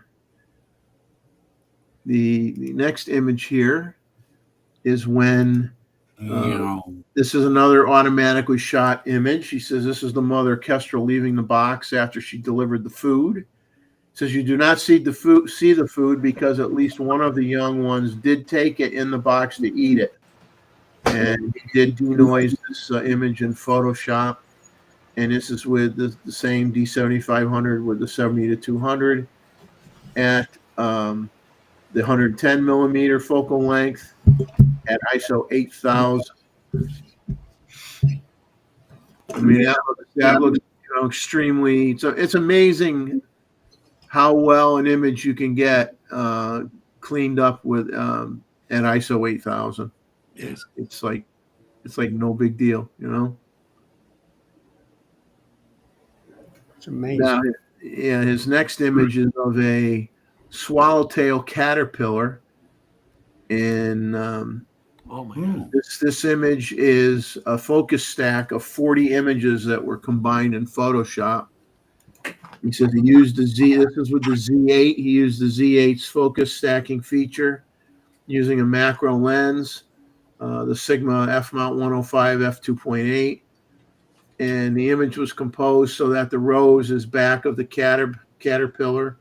He also used some little LED lights to light the image. He says the images were taken outside, but he had to make sure there was no wind, and they had to cover it a little bit, block the wind.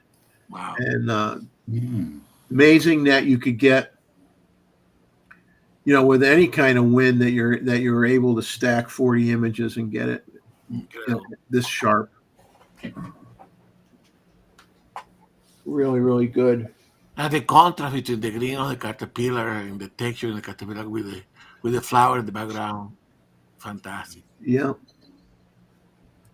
Then his last shot that Paul sent in is the same caterpillar, and this time he used an ultra macro lens. Oh wow! This is he did a focus stack from 20 images this time. He had to manually move the camera on a rail system to change the focus. He used the LED lights again to have a little bit better light. He said this image was very complicated as only a little movement of the animal or camera will mess up the picture. Yeah.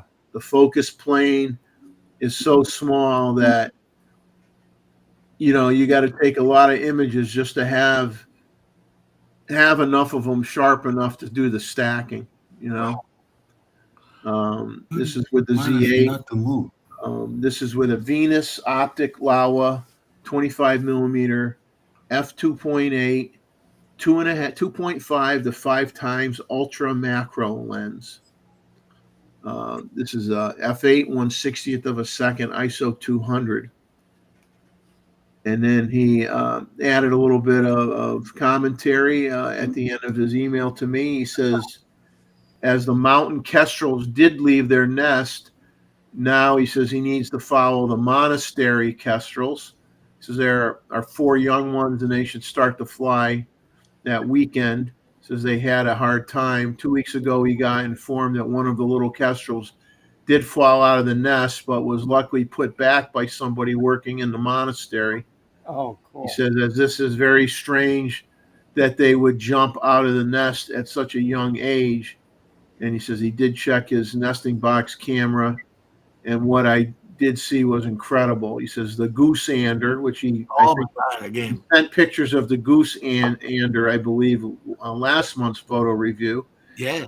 It did come into the nesting box and started to go crazy, and the kestrel mother came in and did fight it off. But during the fight, that little one was kicked out of the nesting box. Oh, man. Yeah. But it's very lucky that someone did find it and put it back, and it apparently is doing okay.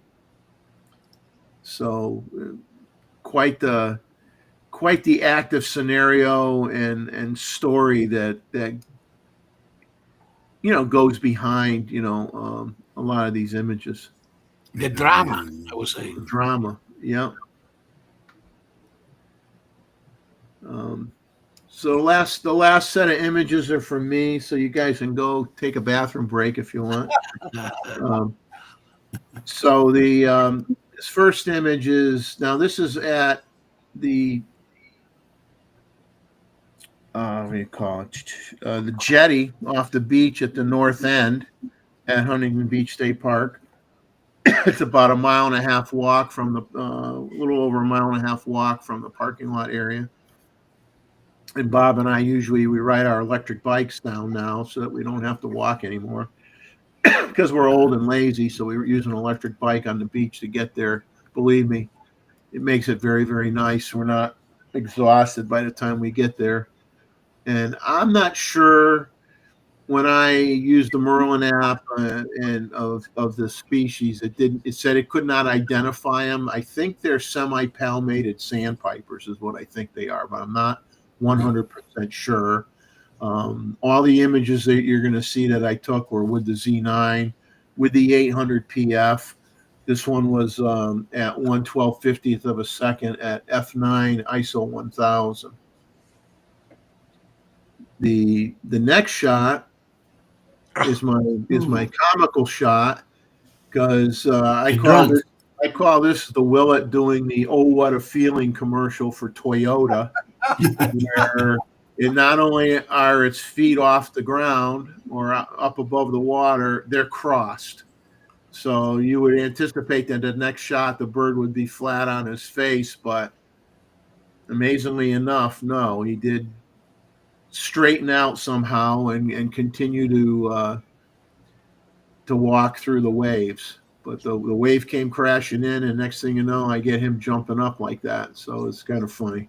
He's looking for those sand crabs that I shared pictures of. And this is at 1/1250th of a second at f6.3 ISO 1800. Nice. Now, this shot is of adult blue herons. Once again, you're shooting between twigs and other trees and shrubs, so you just can't get in a position where you don't have something in the foreground that you don't want.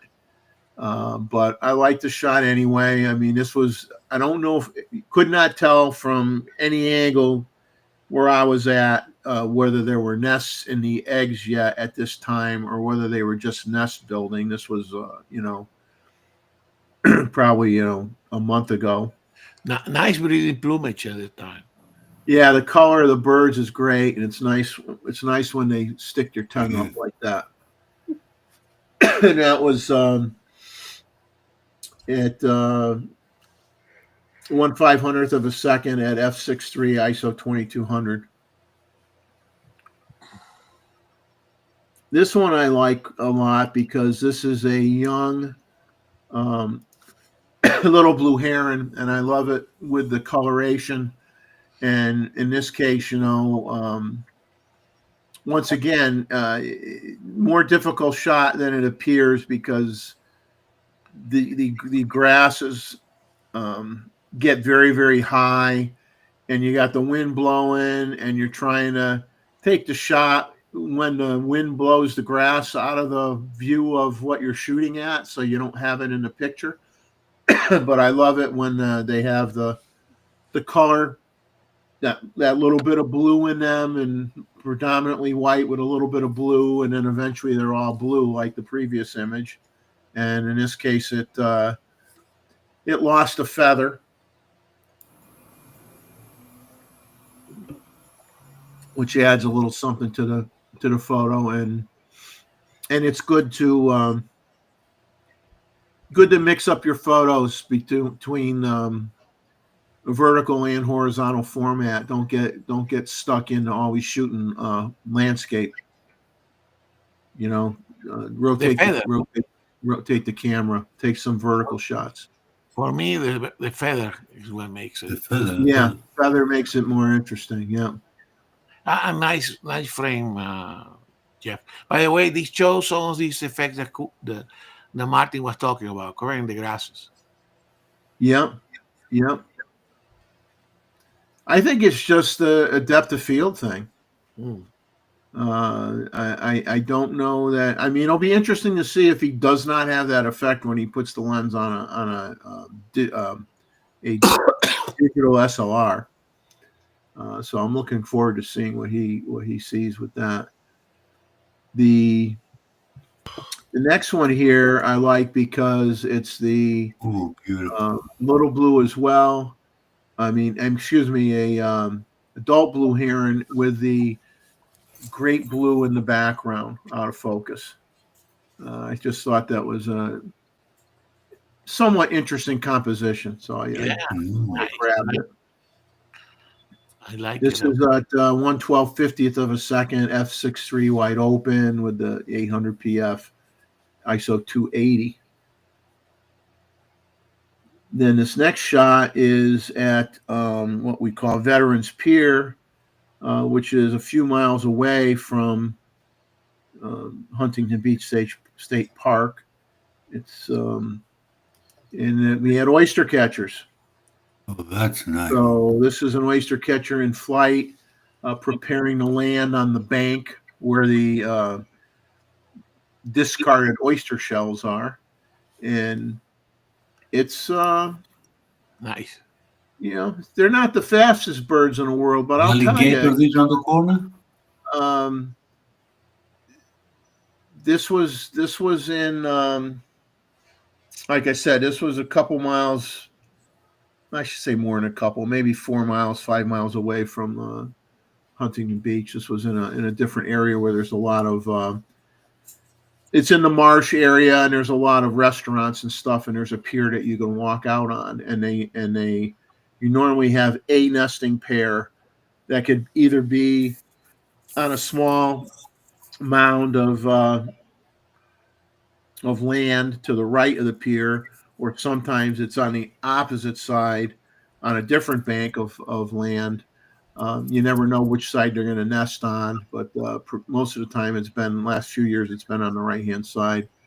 And these birds are tough because sometimes that eye is a real bear to get sharp on these birds. I mean, you're going to have images where the eye is a little bit soft, so you got to be willing to fire away a little more than usual just to make sure, guarantee yourself that you're going to get a shot where that eyeball is tack sharp.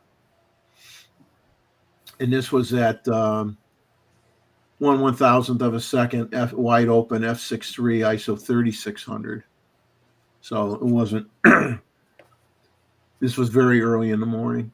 You were panning with the bird, correct? I was panning with the bird. Yeah. Yeah, Jeff, do these birds have more than one eyelid? Whoa. No, what you're seeing is just an outer ring that happens to be orange as well. That's their normal eye, but That's a normal eye with no nictitating membrane shown. Well, like I said, it's just a bird, and I think the camera sometimes has a little problem because, especially when you're taking these shots early in the morning, you don't necessarily have the best light, and you got a bird with a dark head, and I think it's a little easier for it not to hit focus on that eye. You would think that it would be easy because the eyes look like a target. Yeah. But those photos are difficult. No, I got two more here. The next shot is of a. By the way, Jeff, Yeah. the other day I was hearing, Matt Irwin talking about, the bird photography and basically, I think, commenting that the bird photography community, it's basically bias the conversation, but but we don't take only birds in flight, correct? And they basically call it birds in flight.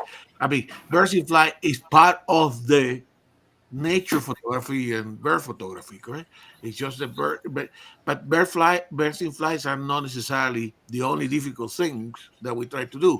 And the issue with all these, and we're showing some other birds in flight photos here, is basically still the cameras today struggle a little bit with it, correct? So you may take a series of this 6 or 7 photo, only one will be good, correct? Yeah, and it all depends on the type of bird, because some birds, I mean, you get like the anhinga that Luis took a picture of. Okay, you got a bird that, yeah, it has a long beak on it, but you got that long skinny neck, and the head isn't really huge.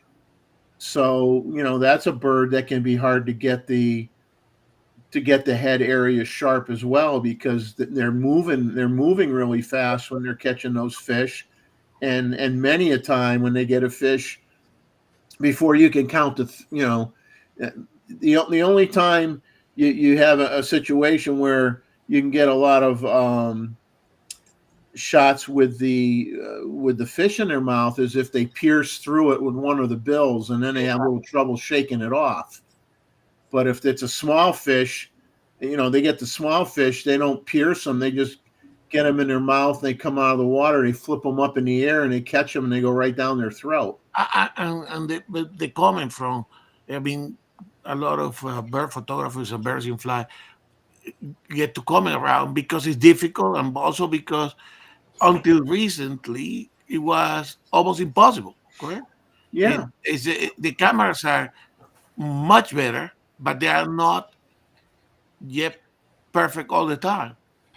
No, they're not perfect, and they can they can still get confused with the background. Exactly. And it's one of the more it's one of the more difficult disciplines, I think. I mean, and I've done a few weddings, and I've done landscape, and you're fighting. You don't know if you're going to see a subject. You don't know how it's going to behave. You don't know if you're at the right angle. You have a limited amount of time. Then you could be dealing with all sorts of different lighting scenarios that you're trying to compensate for, and it's a real challenge. And like you said, you throw away a lot more than you keep. I mean, I think people they see what we kept. They don't see what we threw away. So Greg is asking which lens.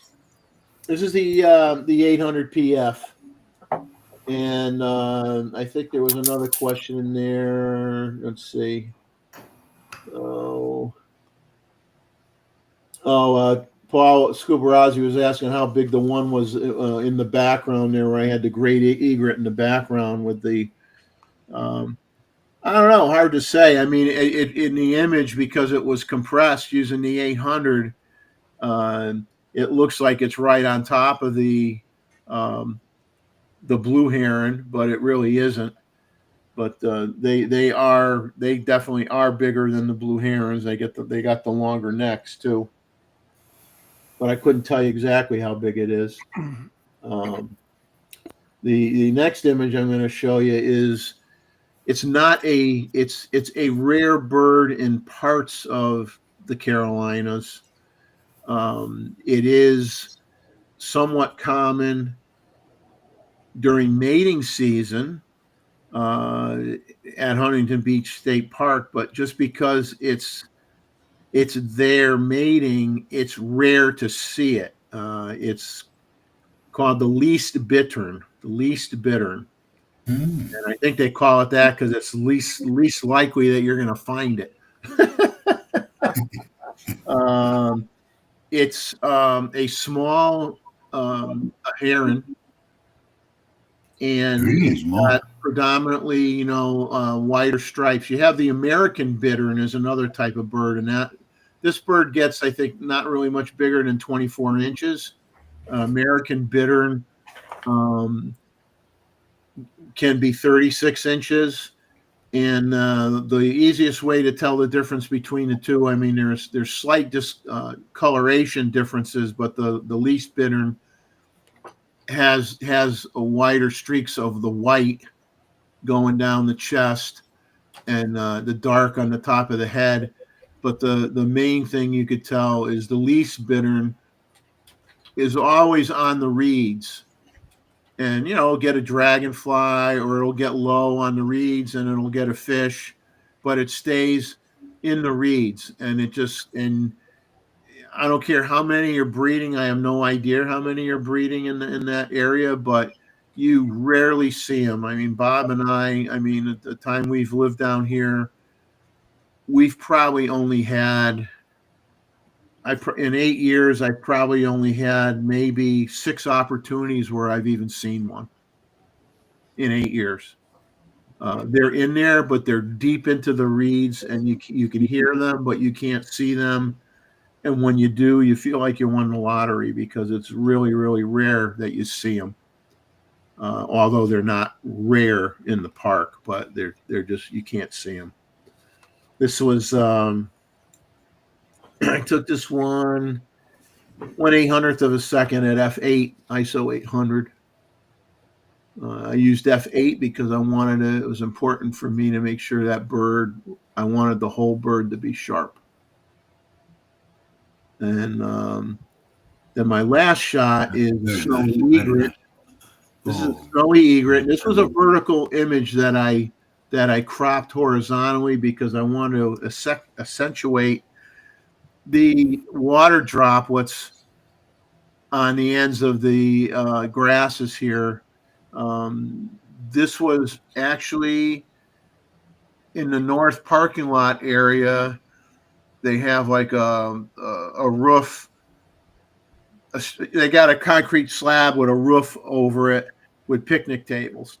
And this was like just past that concrete slab. All the grass got flooded. We had rain for like 2 weeks in a row. And when that gets flooded, you get the snowies and you get other birds that go in there and they love it because they're getting a lot of bugs. They're getting a lot of small bugs. And I just kind of like this image because, it's a straight on shot. Very nice one. With the water drops on the grass. And this was at 1/640th of a second, wide open f6.3. And this was early in the morning. The sunlight really hadn't hit strong yet. It was ISO 4500. And that's it from me. And Nice Mazman just popped in and said aloha. So hello to Mazman. Hi, Tim. Hope you're doing well. And I will scroll back to the beginning and we will share all the images again. And I want to thank everybody, as always, for really, sharing part of your photo journey with everybody else that comes on and visits the channel and the show. And remember that if you get some stunning shot and you want to share it, I mean, by all means, Gustavo or myself will be more than happy to show it on the third week of the month, but this is the one where we all, showcase a handful of shots and I personally, it's the highlight of my month. I mean, it really is. It sounds corny, but I wouldn't say that if I didn't mean it. I mean, it really, it's wonderful what everybody's doing. But let's go back to the, excuse me, let me go back to the beginning here, and we'll start with the ones that Woody sent in, and we'll keep them up for maybe 3 or 4 seconds because I know there's a lag between when I see them on my screen and you see them on your screen. So Woody sent in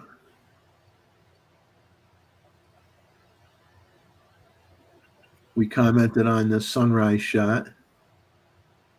a little bit. And then he had the crazy cardinal, as he called it, the intense-looking cardinal, I believe is what he said. And then we have a series of shots, first batch of shots that David Stewart sent in to us.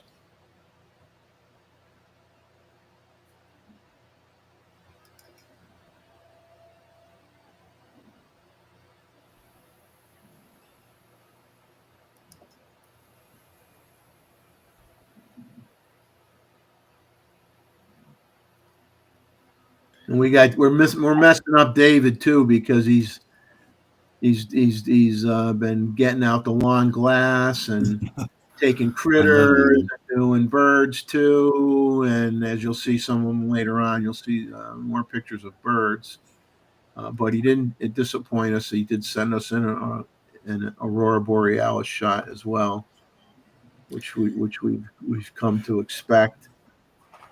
And then we had. It seems to be I'm either using really long glass or really short glass, and not that. The only thing I use in between is my 24 to 120. Yeah. And then Mr. Reppert sent in some young chick photos, some hot chick photos. Family show. Watch out, the hot chicks. We're going to get kicked off of YouTube now for saying that. And then he had the kind of a funny picture. It looks like the adult woodpecker's laying on its back with food in its mouth for the baby. But it really wasn't laying down. It was just the angle of the shot. And Mama had to bring the food to the baby. The baby was too lazy to move to get the food. And then, once in a while you get those back end view shots. What can I say? We'll run away from that as quick as we can, Bob. Then we got Terry's images. Got a rainbow there, Terry.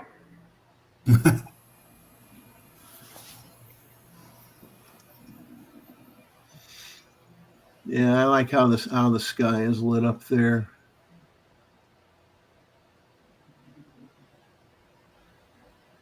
And I'm a sucker for waterfalls. They got nice waterfalls in North Carolina, but that's got to be a longer weekend trip. So I got to make it up there sometime. The photo club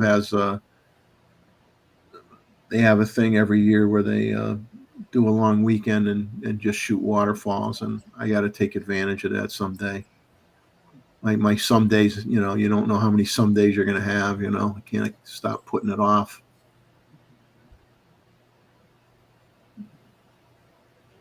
I really like this shot with the, just a combination of the dark clouds and the soft seas and the detail in the rock.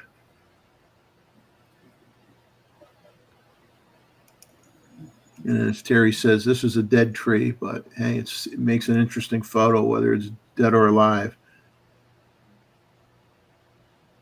Do a little AI and put a sign in here and say wanted, dead or alive.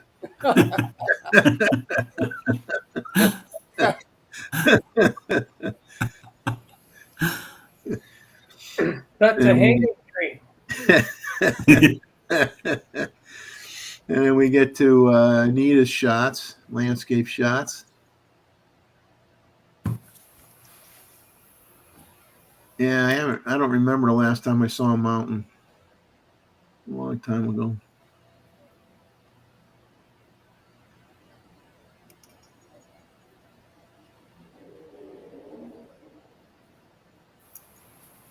Well, that's what's great about having everybody sharing their pictures, because we all get to see stuff that either we don't live in an area where we can see that type of stuff anymore. Maybe we did when we were younger, but we moved once or twice, and now we're not in that area anymore. And you get to remember, through somebody else's images, what it was like when you were, live somewhere else, or you live vicariously through the images that you see on the show.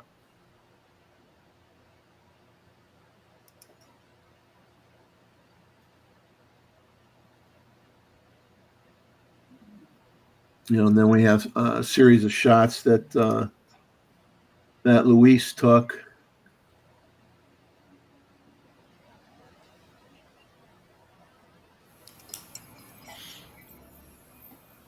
If anybody knows what kind of fish that is, send me an email That's so I can amazing. send it to Luis. I'm not big on knowing fish species.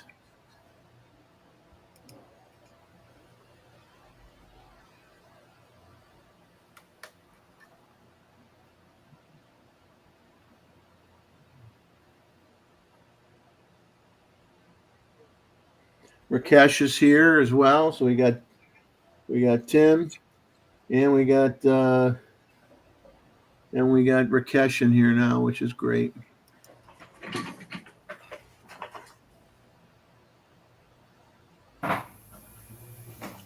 And we got these two talking to each other.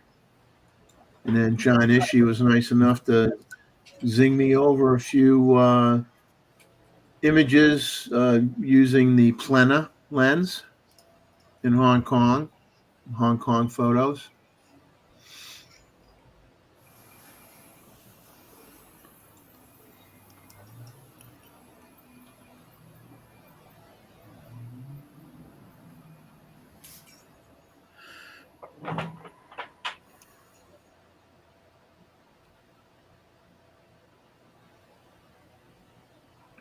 And then we got images that Martin Hill sent in. A series of images.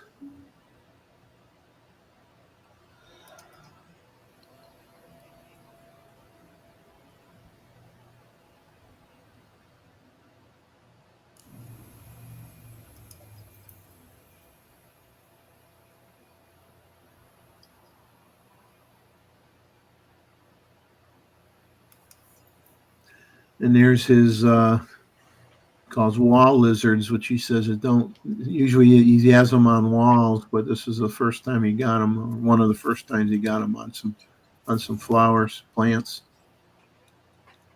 And then we get into the images that Randall took from his neighbor's garden with the 24 to 240 Sony FE lens. With the A9, Randall, I believe you said you used, right? Yes. Yeah. I think that's the first stack sensor camera. So. Yeah.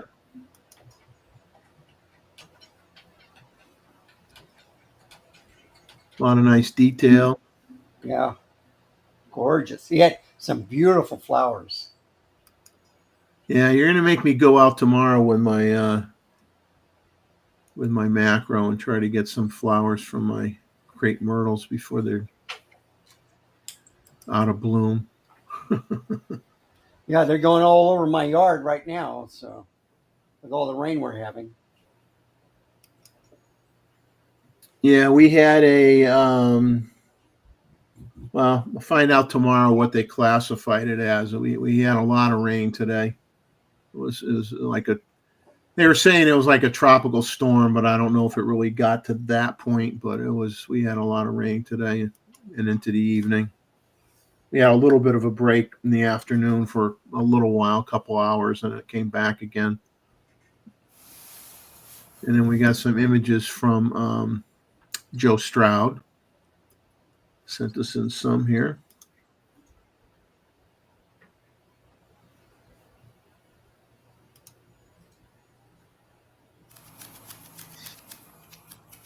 That's so nice, so natural. Yeah.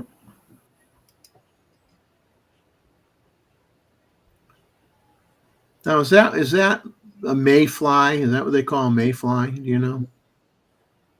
Or is but the next shot I found more interesting because it's setting up a confrontation between the spider. You makes you use your imagination a little bit. And then Then we get into a few, like I said, we're working on these conversions of photographers in here. We got David taking bird shots now. So David sent in some bird images, getting fed.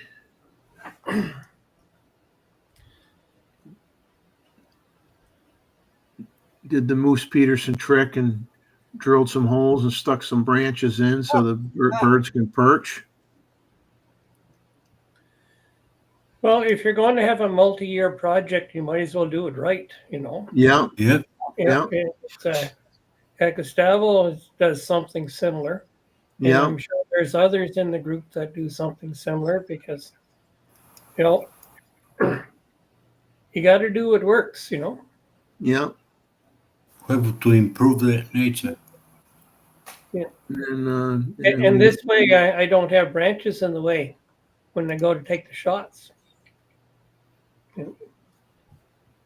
And we get into images that Gustavo shared with us of the bluebirds and their activity around a nesting box and getting different things to eat, and female that doesn't want to give up the twig for the bug, and the male ain't too happy about that. It's like, listen, I went to all the trouble wrestling this thing. Eat the doggone thing, will you? And the female coming back to the box with an insect. And there's a beetle. The beetles. One of them. It's one of the beetles. I don't know if that's Ringo. And then Gustavo had to do his poop patrol shot. You know, he had to challenge Bob's poop image with his poop image. And then you got poop with a feather, so that you get bonus dollars for if you're getting rid of 2 pieces of debris out of the nesting box. You get extra bonus points for that. And then it's another feeding time. I mean, these birds, I'm just so amazed, you know, that it's, you know, the bluebirds are fun to watch because, I mean, they're going to the ground and they manage to find these spiders. You know, it's just like they have no problem finding insects, and they make it look so easy. And then we had a series of shots from Jeff and Leslie. We had the cedar waxwing. That's a nemesis for me. I'll never get a good photo. Well done, Jeff. Yeah, very nice. And you got a nice hummingbird photo here. Nice. Too plastic. And then flight of the bumblebee.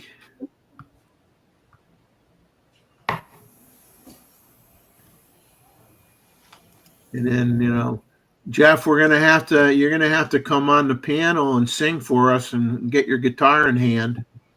You're gonna have to serenade us. We got to see how you sound, man. We got to do a test. And then we got some images from Bob Rosado. These were the mountain laurels, a couple mountain laurel shots. One with this one with the 105, and then this one is with the plena.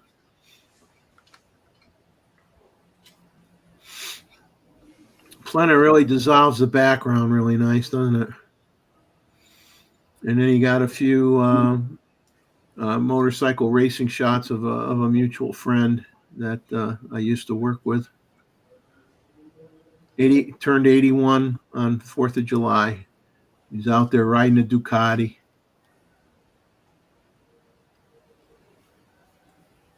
And then Jim sent this image of from a wildfire in California.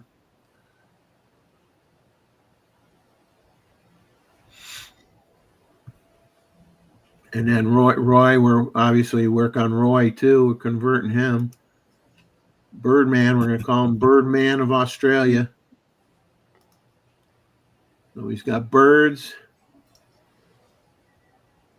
Then he's got deer. Oh dear.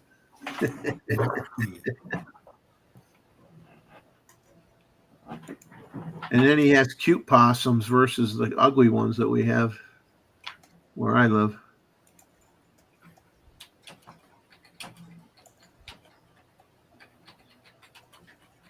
And then we got shots that Paul, aka Scubarazzi, sent in.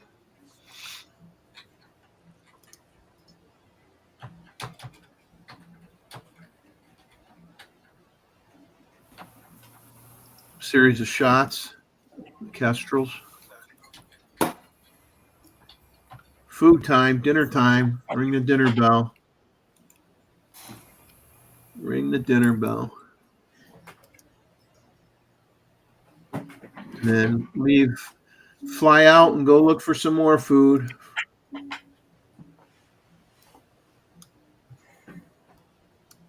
So I'm sure once he drops, like he thought, one of the babies took that mouse, was working it over. So it's like you got multiples in there, though. You got to go get one for the other one because I'm sure they don't share very well. And then you got some wonderful caterpillar multiple stacked images for a couple caterpillar images. I believe this one was with a, let me check. I think this one was with a 105. This particular one, let me see.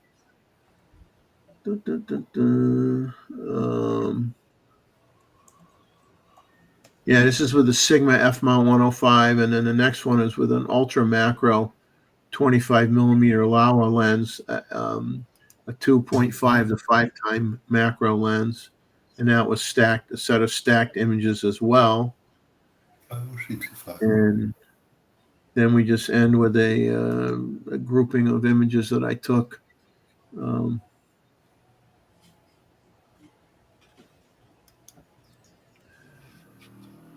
The Willett doing, who's now signing a contract to do a Toyota commercial.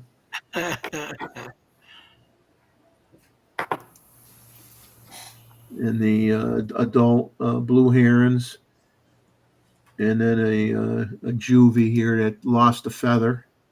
Yes. In the process. And then back to an adult with a adult gray egret in the background. And then we have the oyster catcher and Elise Bittern. Nice. I love that bird. That is such a pretty bird. You appreciate it more when they're so rare for you to see them. When you do get them, it's like you cherish the image. I'll tell you, it really. You're like, I can't believe I finally got another one. And then the straight on recropping landscape mode from a vertical picture on this snowy. And that's it. And we'll get out of the. Very well done, everybody. Everybody, yep. Great stuff. Great stuff. And we'll get to where we have everybody in here. And Randall, you look like you need a cup of coffee, my friend. You're too comfy looking. Ready to go to sleep. Randall's, I know how to set up a studio. So. Randall's taking no dose. The Gustavo, I'll let you talk about the next show. So I think our what I call the general meeting will happen in 2 weeks from now. That will be July the 19th. Right? We don't have I have a couple of presentations, but we don't have a special presentation like we have last time from Luis. But for sure we will beat, and Jeff will not be available that day. He has some family duties, as indicated early. So you have to bear with me, but obviously I have some help here from the other panelists. We may need to do some experimenting how we when we send the invite and all that kind of stuff, so it doesn't interfere with Jeff Travel's arrangement. We probably send the invite to the others relatively early, correct? And we will send a reminder, either a short video or the usual way that Jeff does it. So it's going to be a little bit of an experiment. So bear with me, and I hope it goes well. Oh, it'll go well. You're a seasoned professional now. You're a seasoned pro. We put seasoning on you. You're good. Exactly. And I want to say hello to Sanjit. Sanjapal Singh is in here. We haven't heard from Sanjit in quite a while, so thank you for stopping in and saying hi. We appreciate it. And make sure you're here the third week of the month. Support Gustavo, and please, if you have anything that you want to share, contact him, or me. I mean, I'm not leaving until from now. I'm flying to Connecticut and then flying grandkids back on Sunday, and then I'm bringing them back on Saturday, and I'm flying back the following Sunday, which is why I won't be on the show. But yeah, contact, Gustavo or myself, send in any ideas for anything you might want to share, put something together. And it can just be a 5-minute thing. It doesn't have to be long, 5 minutes here, 10 minutes there. Share a special image that you got. Talk about if you get an opportunity to you have a Z8 and you get more of an opportunity to fool around with the new features that from the firmware update, and you want to share something or something that you found out that is a problem. I did talk a little bit about lens some third-party lenses don't take advantage or won't work properly or won't work to their full extent. The focus limiting function does not work on the third-party lenses, from what I understand either. But a lot of that stuff, even like the advances with the focus stacking, with the auto exposure feature, the things they've done there. I'm sure there's, I don't know for a fact, but I know there are certain features that are in the camera that, Lightroom can't handle those types of features. Some of those features, and in some cases, you got to use the Nikon software. So if you don't have the Nikon software, you may not be able to take advantage of some of those things they're putting in the camera. The software for Nikon is free, correct? So you can always download it in your computer, process the photo there, create a TIFF file, and then send it to Photoshop, correct? So I don't think that's a big problem. People like to do it directly in Photoshop, but that's not the only route. Yeah. Sanjit's saying he'll be back with some pretty cool stuff, and we look forward to it. Get a hold of us, and we'd love to have you share some stuff. But coming to the issue of presentation, we like to have stuff in the pipeline, correct? So you have an idea, hey, I want to, like I think at one time Jim was saying, and Terry was talking with him and Roy about the Helicon software for stacking photos, correct? That's an interesting subject, correct? That it may encourage others in the audience here to get the software, try it out, try the Photoshop version. So that kind of thing we want to see. If you have an idea, let Jeff and I know, and we will put it on the schedule. I got a request for what's on my shirt. Oh, there. Yeah, Jeff, are you going to sell those shirts now? No. I buy them. Yes. By the way, I was interested today, before we go back to the C8 version 3. It said Miranda showing up in our little channel here, right? Yeah. So that was cool. And actually, it would have been good to stay, because I actually bought this because he showed it in my Erwin show. Oh, yeah. Okay. So I actually ended buying my two favorite. Not that I should film. I'm not a masochist. That's sacrilege when you don't actually shoot film, No, but hey, I did both of these. Yeah. I did a lot of those. So I earned the stripes, but no Yes. more. No Yeah, more. we all earned the stripes. I know we did. Mhm. I support Kodak in Greece for years.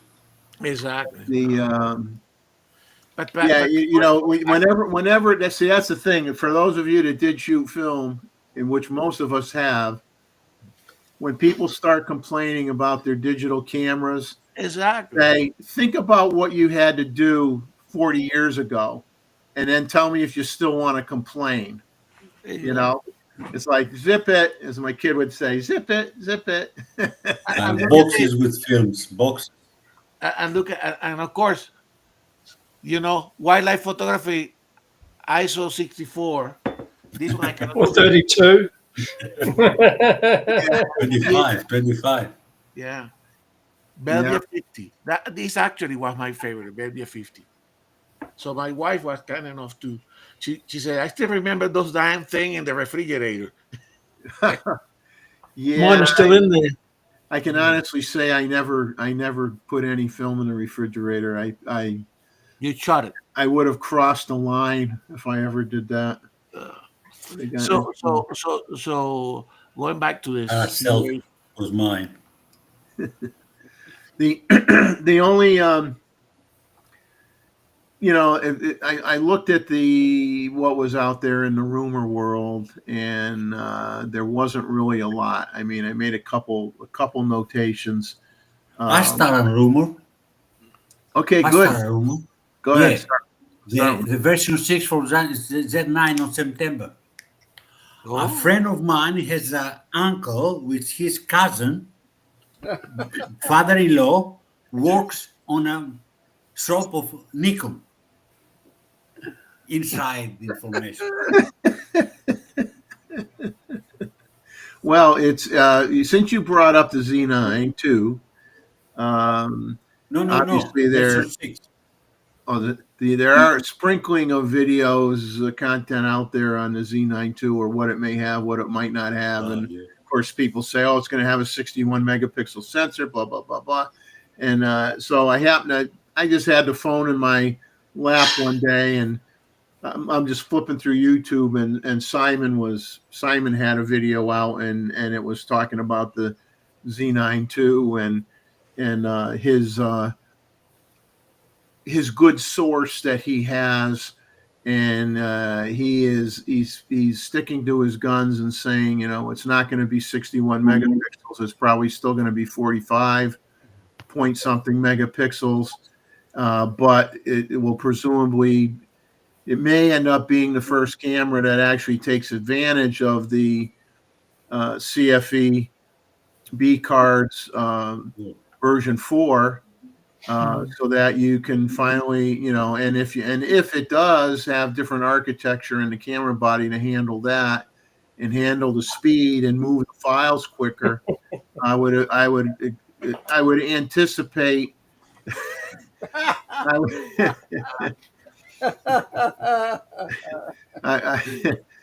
I can't top that. Exactly. He knows the same guy. Yeah, I would anticipate that the camera, if it stays 45 megapixels, that it's going to have no problem doing 30 frames per second or more at that point in time. For those who are sorely disappointed that their Z9 does not do 30 frames per second raw. I'm sure you'll break that meet or break that barrier, especially if you go with the take advantage of the speed of the new card. But he didn't have too much else to say about it. Sony rumors, there wasn't anything I found worth talking about. Fuji rumors, an interesting commentary from the staff about, they said the Fujifilm X100 6 is in stock all over Europe, and they're saying, why all of a sudden is it in stock in Europe? Because it had not been in stock in Europe.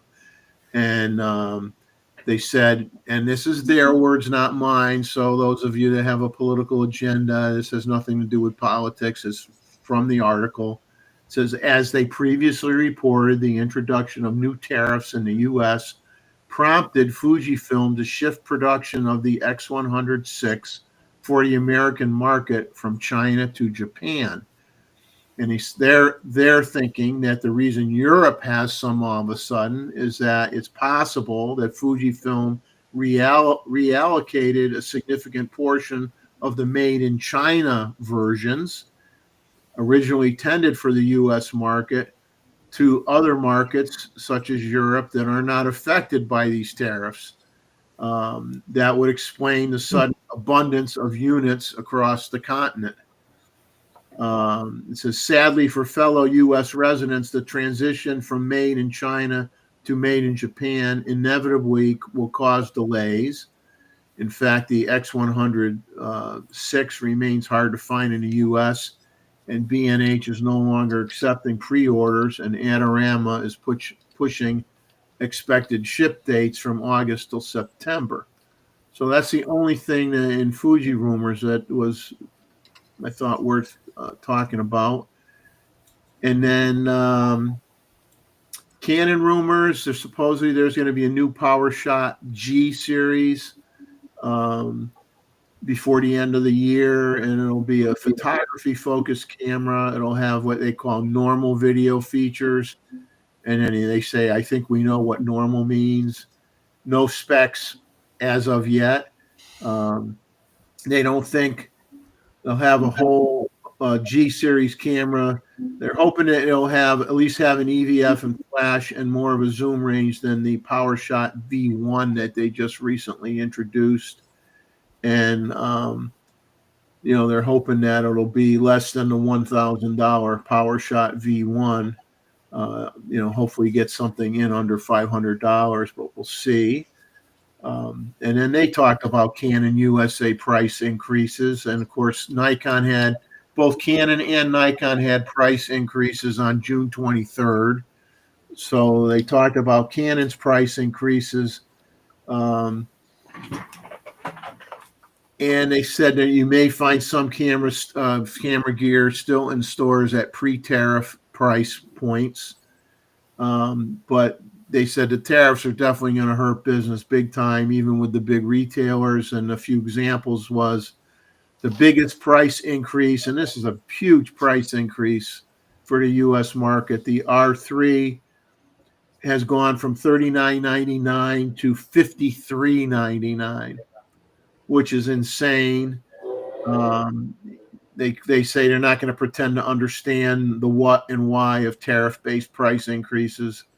Refurbished R3s are now $48.59. The R3 is, they said, is a fabulous camera for sub $4,000, and it was probably going to end up being like $34.99 before the end of the year, prior to all this tariff stuff. The R1 saw a $500 price increase, and the R5 Mark II is back to its launch price of $42.99. They said the Canon, they don't anticipate Canon announcing anything new until Q4 of this year, and their opinion is they'll make announcements of stuff in 2025, but they won't ship any of it until 2026. And of course, the rumor is that the Z9 II is going to follow the same path as the Z9 did, where it'll get announced maybe late fall, November, December timeframe, and then become available maybe within the first quarter of the 2026, but we'll see. But that's really all that was out there. This is usually the time of the year where the only thing you're really seeing new from the major players doesn't happen a lot in July. You will be waiting until the fall. And the only other stuff you see out there, which I don't usually talk a lot about, is the third-party stuff that's out there. Not that there's anything wrong with, I have a couple third-party lenses. David has more than a couple third-party lenses. And too much. So, you get what suits your what you need, right? And if Nikon doesn't make something and somebody else does, you're going to go to somebody else because you're not going to wait 5 years to get it. So you do what you got to do. And And the thing is, what Nikon does come out with that lens, you may not buy it. Because they're so. yeah, I mean, if you're getting good results with what you have, you got no powerful reason to lay down the cash. Yeah, especially if what you buy is good enough. Yeah. Yeah. I mean, look at the video that Matt Irwin did, which I'm sure he got mixed reactions in the chat for, because everything is so polarized now with especially with camera gear. People have to defend the brand till they're gonna die if they say, oh, so and so's camera might have something that's a little better than mine. Oh, they can't do that. Or it's like war zone out there. It's like, give me a break. If you're happy with what you got, just be happy with what you got, and don't poo-poo somebody else that has something that's a little different. And the case in point was Matt did a video and he had a Canon camera and the Nikon, I think it was the Z5 II, and he had a Canon camera, a Sony camera, and he had the Nikon camera, and he took a whole bunch of pictures with them with as close as he could using the same settings, the same focal distance and everything else. And the bottom line, and which should have made everybody just shut up, the bottom line was when they made these gigantic prints of all three, the same image from all three cameras, they couldn't tell who was who. Yeah. It didn't matter a hill of beans. Okay. So instead of people saying, being validated that, oh, my camera's not junk because when you print it out, you really can't tell the difference. Some people got to still make a big deal out of it. Well, you still said this one was better, Go and shoot. Get over it. Just go out and take pictures of what you got, people, and be happy. Exactly. Well, I mean, it's like it's just that's the one thing that actually has tired me to the point where I don't watch as many channels as I used to on YouTube, because I'm just sick and tired of the gamemanship and this. No one can be happy that somebody else is happy if they're not shooting the same thing they are. And it's just gotten so old and toxic that it's not healthy. It's for me, that's basically they are not real photographers, because they are more enamored with their cameras than with the act of taking photos. Correct? So they put the camera before photography. It should be the other way around. Yeah, they get show off. That's the show off. It is psychological. The people have a problem. Exactly. They get wrapped up with the technology, comparing spec to spec, but you can't even just do that anyway, because what you find is, okay, yeah, you could come up with differences in the spec, and I've done that on occasion. We've all done that on occasion. We put a spreadsheet together, and Chuck used to do it, and we'd say, this one does this one does that. But that's only part of the deal, because if you read through the whole manual, and it doesn't matter what camera brand it is, some of those specs are only good if your settings are a certain way. And if you use them, you go and you change modes, and maybe instead of shooting 14-bit, you're shooting 12-bit now, or 10-bit now. And Jeff, when there is a new camera with new capabilities, correct, or a new software with new capability, is what you can do with it that is important, not the fact that you have, let's say, a camera. The Nikon is the only one that has auto capture, correct?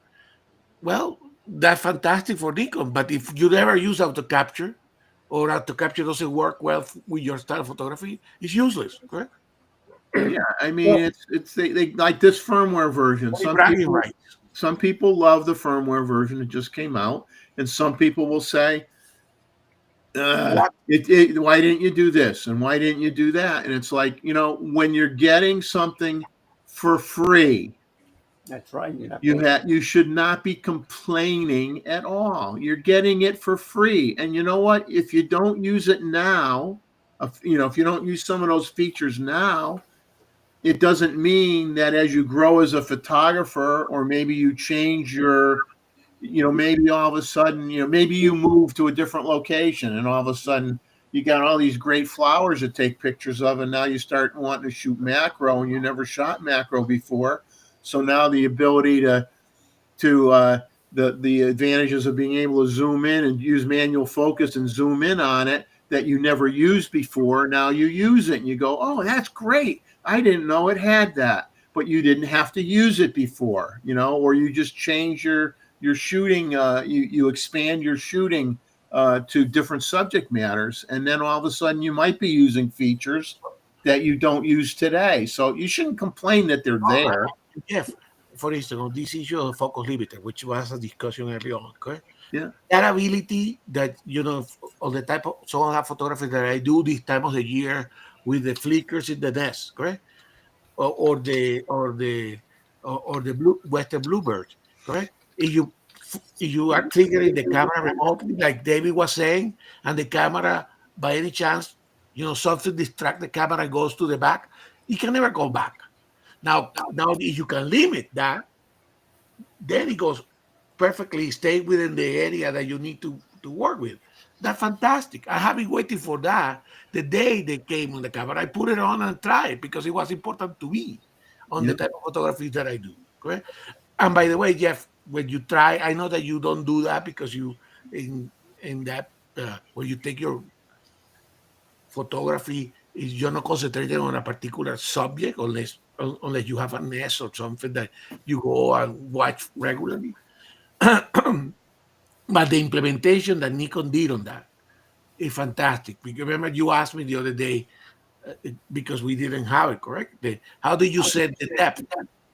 Okay, actually, it's very easy, and actually, I learned that on Matt Irwin live stream. You can. I heard about you program a button, and if you push it longer, it gets you right back in again. If you push it, you push it and hold it. Yeah, give you the distances already, and an area around the distance. You mean if you set a program a button for it, right, and you focus on the subject and you push exactly, and you hold it. You can adjust it.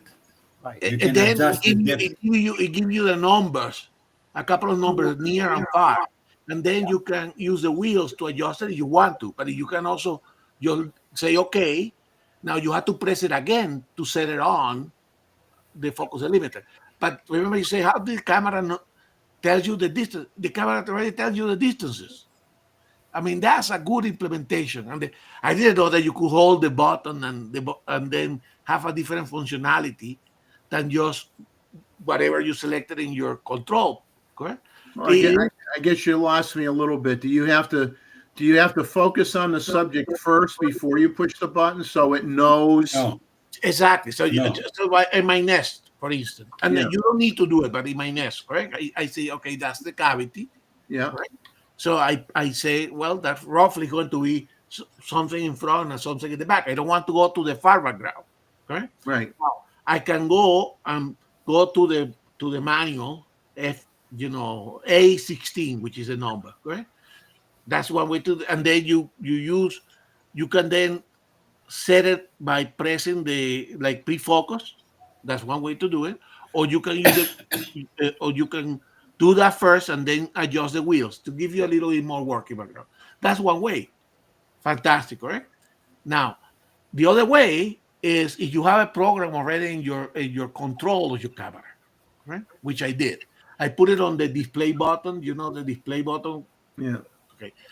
If you press it and hold it, okay, you have your desk cabinet, you press it and hold it.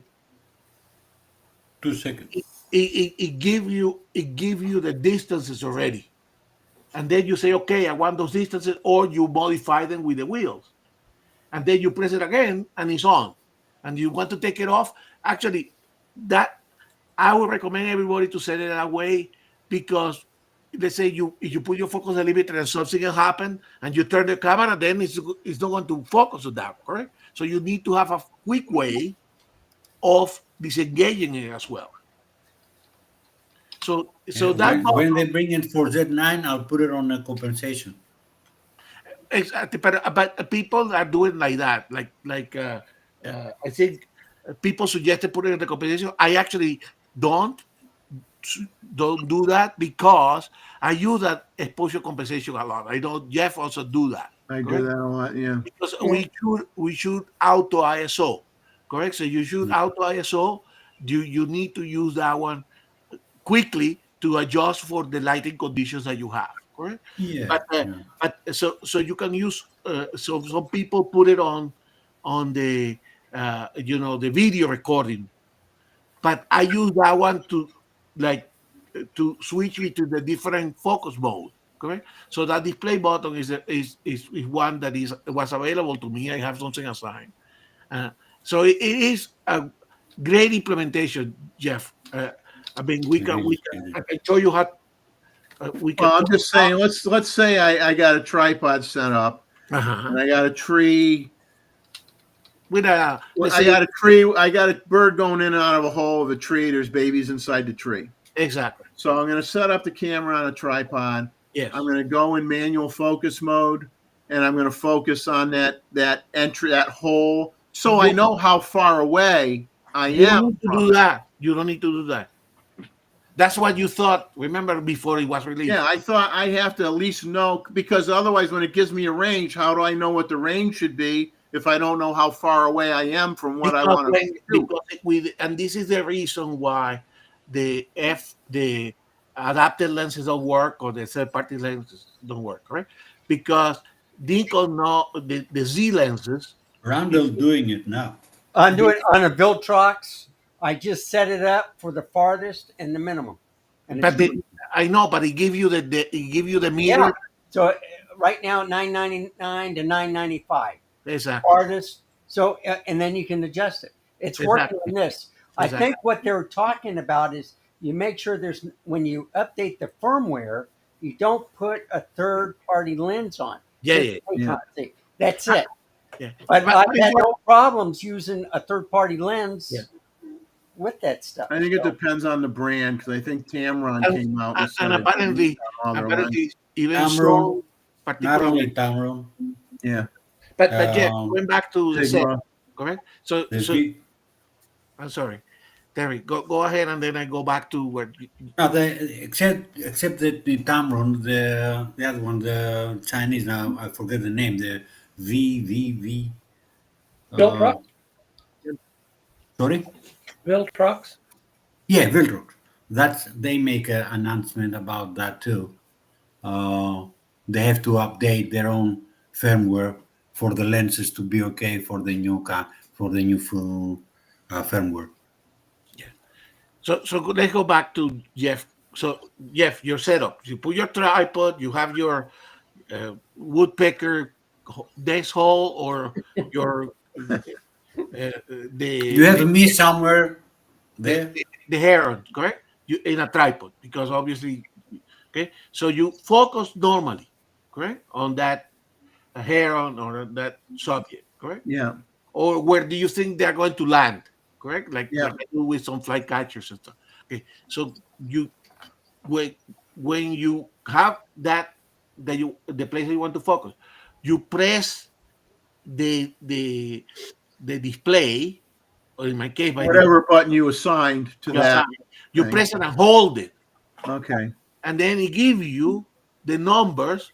It gives you actually a very narrow range, the nearest and the far. Then it tells you that you can use the wheels to adjust it if you want a little bit more space. Correct? Oh, that's great. That's even better then. And then you say, okay. I'm jealous. Then you go to the OK button and say, okay. Now it's still not active, but now you have the distance. And then you go back to the display button, in my case, press the display again, and then you activate it. You put it on. Correct? So I now am on. But let's say another bird come in another branch that doesn't have that limit. Then I can deactivate it very quickly. I just press again and it gets deactivated and focus.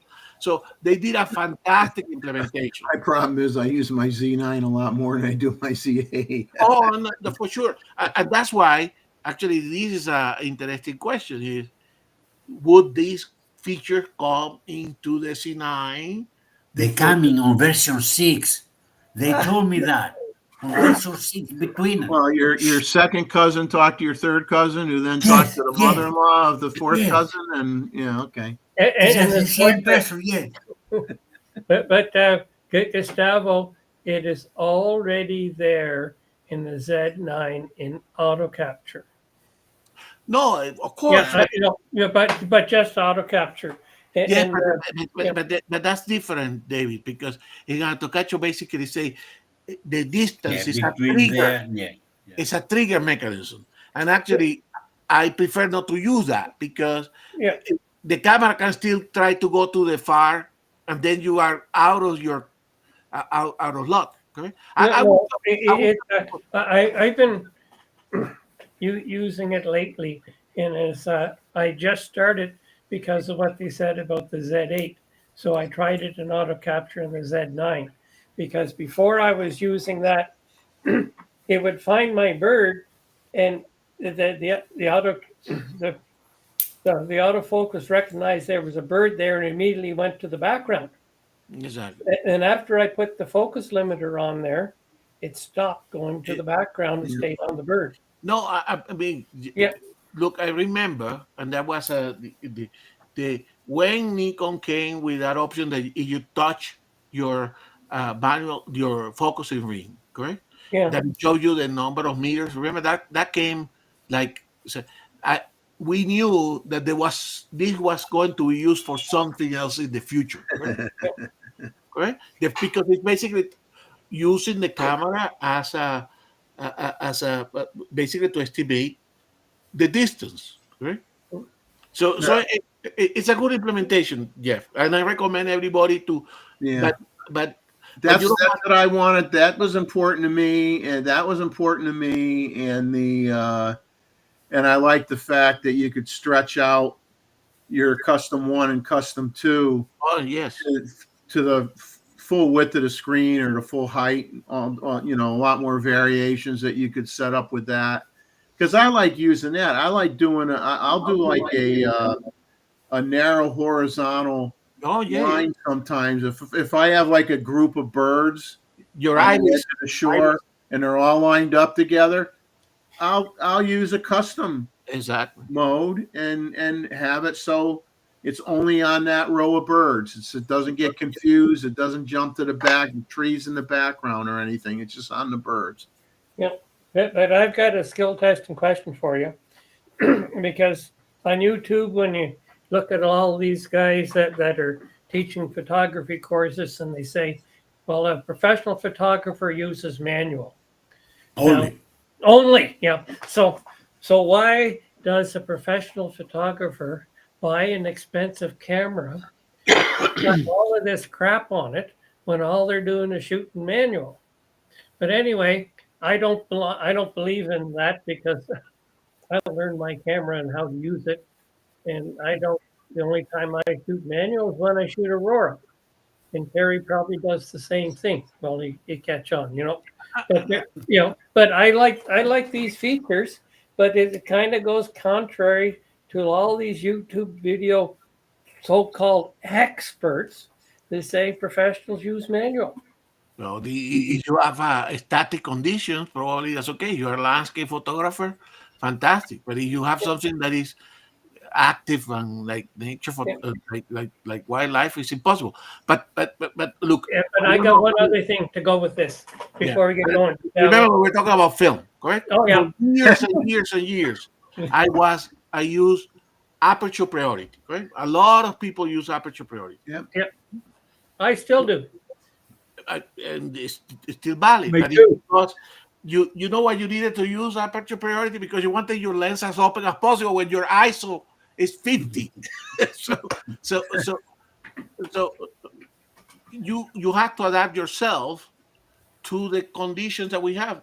Now we were talking about shooting ISO 12,800. I mean, there is no. If you push a film, that you're gonna get a big blob of grain, correct? So we're at now going about manual. I choose manual. Jeff choose manual, but it's not really manual because auto ISO basically your cell leg of your exposure is being used by the camera, right? So really, you still are relying on the camera to help you decide on your exposure triangle. You know where the where I find myself where I will actually not use auto ISO is on the ZF when I'm doing street photography. I'll pick my ISO and I'll shoot full manual. Oh, yeah, but the street Not doesn't not run with the away. Z9, not with birding. It's auto ISO. It's auto ISO all the time. Exactly. Yeah, and that's why, Terry. That's why we use the exposure compensation because you see all the wheels are now in your hand, correct? Your aperture, your in your back of your finger, your speed, your exposure compensation. Basically, you modify your ISO, correct? So you got everything on your right hand if you are right-handed. So I'm anyway, If you're a using left-handed most of the photographer, times I'm using manual. you're blank out of luck anyway. I am If you're a professional. I'm lefty. using manual. you're a professional. Does anybody have an answer to Greg? Has there been a firmware? Has there been firmware for the Z62?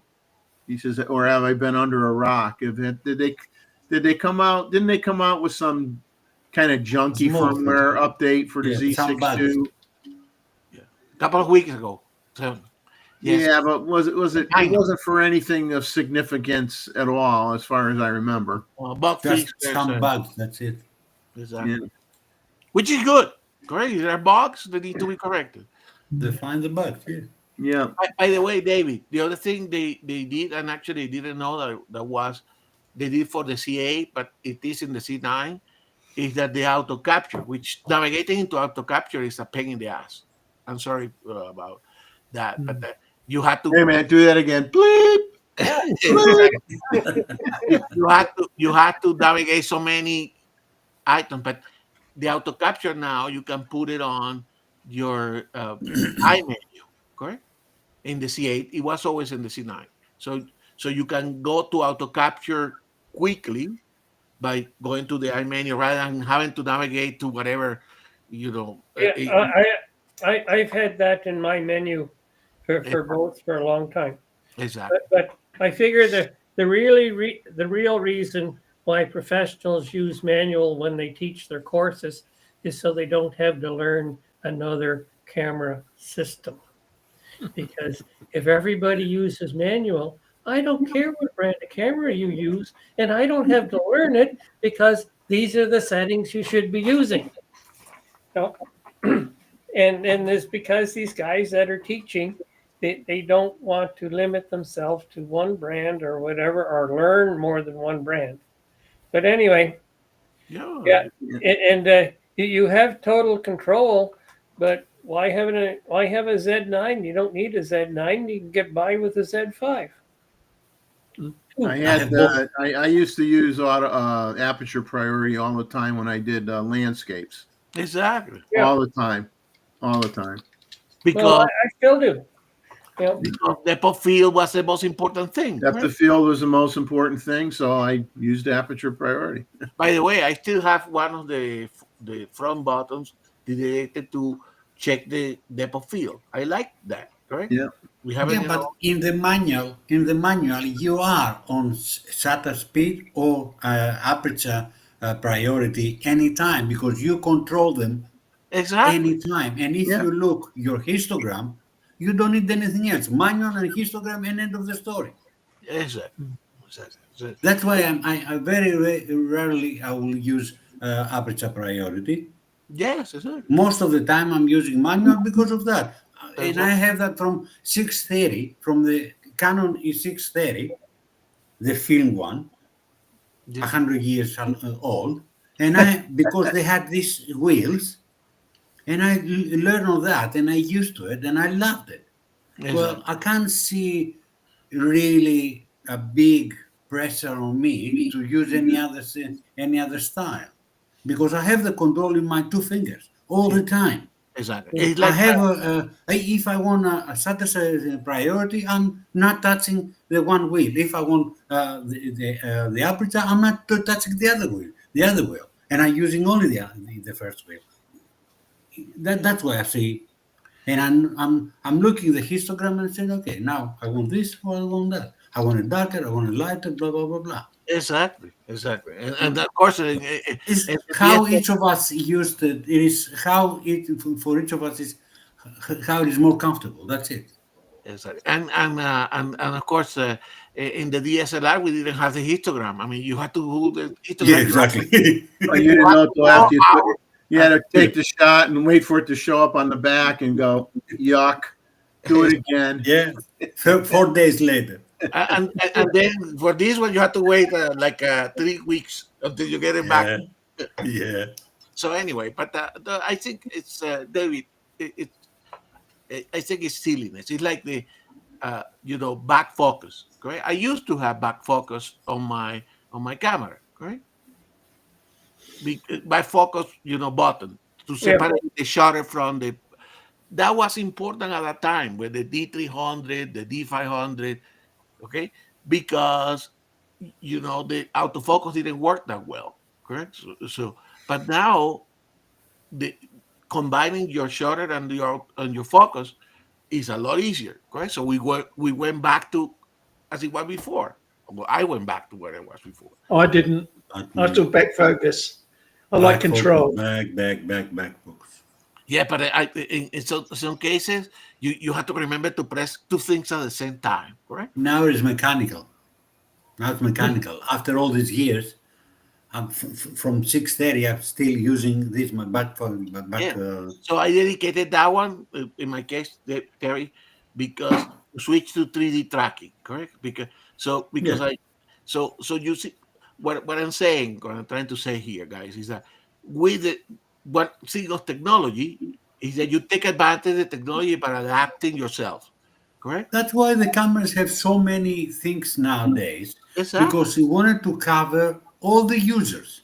The user they want to use the finger, the user they want to use the other hand, the user they want to use the eye. All of that's why they're doing it. Exactly. And we choose. We can't complain. It just makes it really, really hard when and I made this comment before and got teased a little bit for making the comment, but I used to say, there are the people get caught in they watch all the YouTube videos and maybe they haven't had a camera in 20 years, right? They still got their dads, they got their film Canon AE1 or whatever, right? And they haven't had a digital camera yet. So instead of buying a more entry level digital camera and getting used to it, and then seeing what their shooting style is, what they like to shoot, and then saying eventually a couple of years later, I need to step it up a notch, or I choose to step it up a notch and I'll do this. Sometimes they watch all these videos and they buy the highest end camera from brand X, Y, or Z, and there's so many choices on the settings and so many variables on the settings that they just get lost because they had no experience with the menu system or any of that. The marketing for the marketing for that. Yeah, they go and they buy the most expensive one and they go, I don't get good pictures with it. Well, that's because you got 2,000 variables built into that camera. Did you read the manual? No. Did you buy a tutorial video so someone can walk you through it? No. And then you say, camera stinks because it doesn't give me a good picture. Well, that kind of guy should use professional mode because it works the best for them. Yeah, professional mode. Yeah. I thought that meant peon mode. I thought that was peon mode. Well, if you're going to sell cameras to that kind of person, it's professional mode. Yes. But it's okay to leave a camera in professional mode when it's first turned on because you can grab a picture very quickly. Yes, sir. Then you change to the mode you're going to use. But Catch more pictures that way. yeah, and you know, and the thing is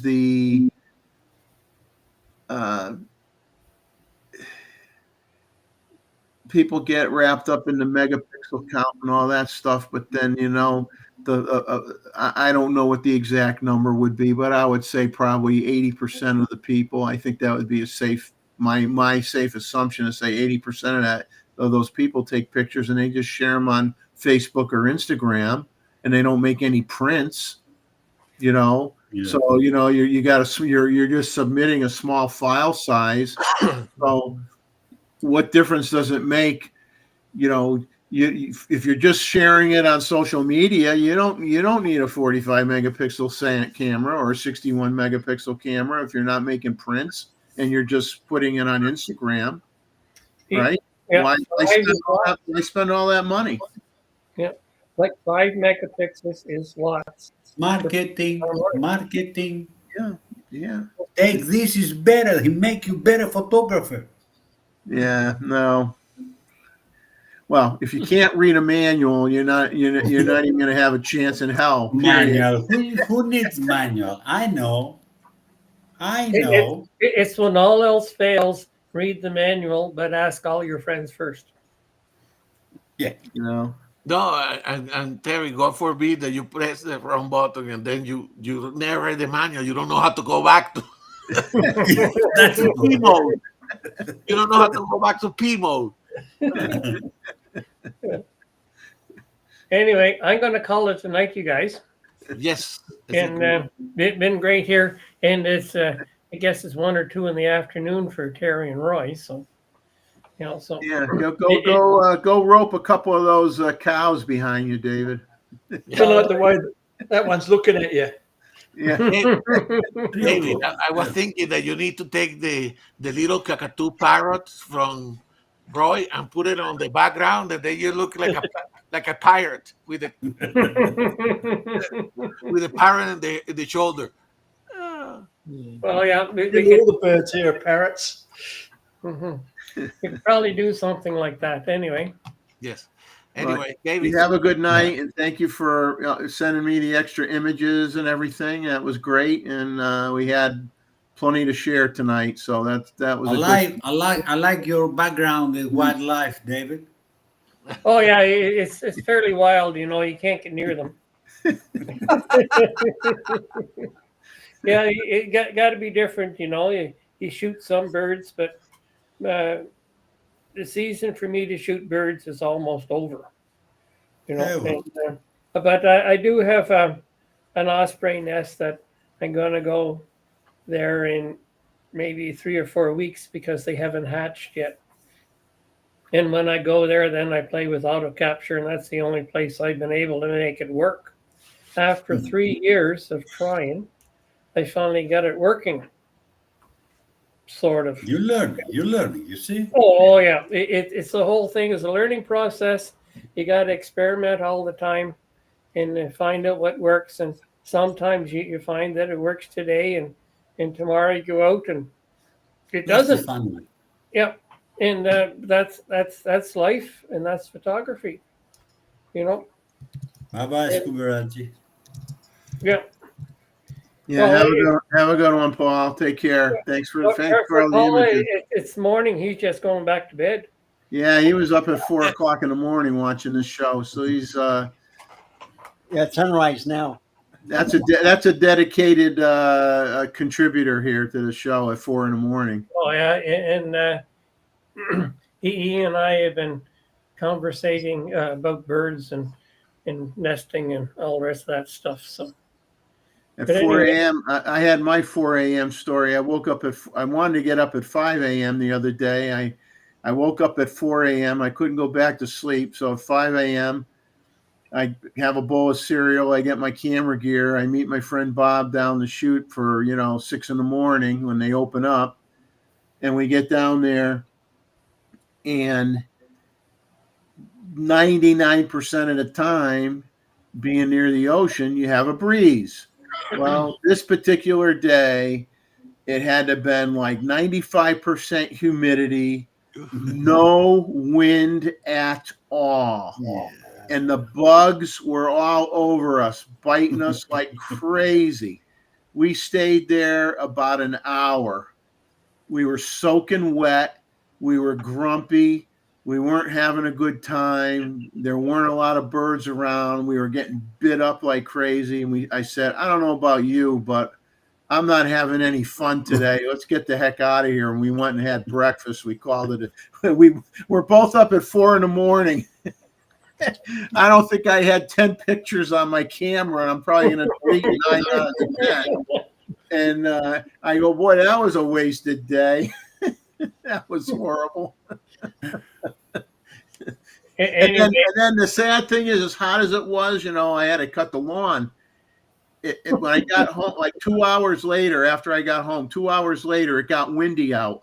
And it was still miserably hot, but there was a breeze. So I went out and I cut the weed whacked and I cut the lawn, got soaking wet again, took another shower.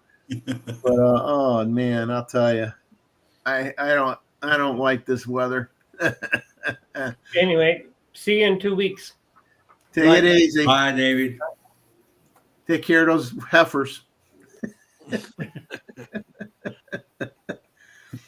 Terry, thanks so much for coming on tonight and joining us. Thank you. More Thank the you better. for having me. We appreciate it. We appreciate it. Your work is outstanding and a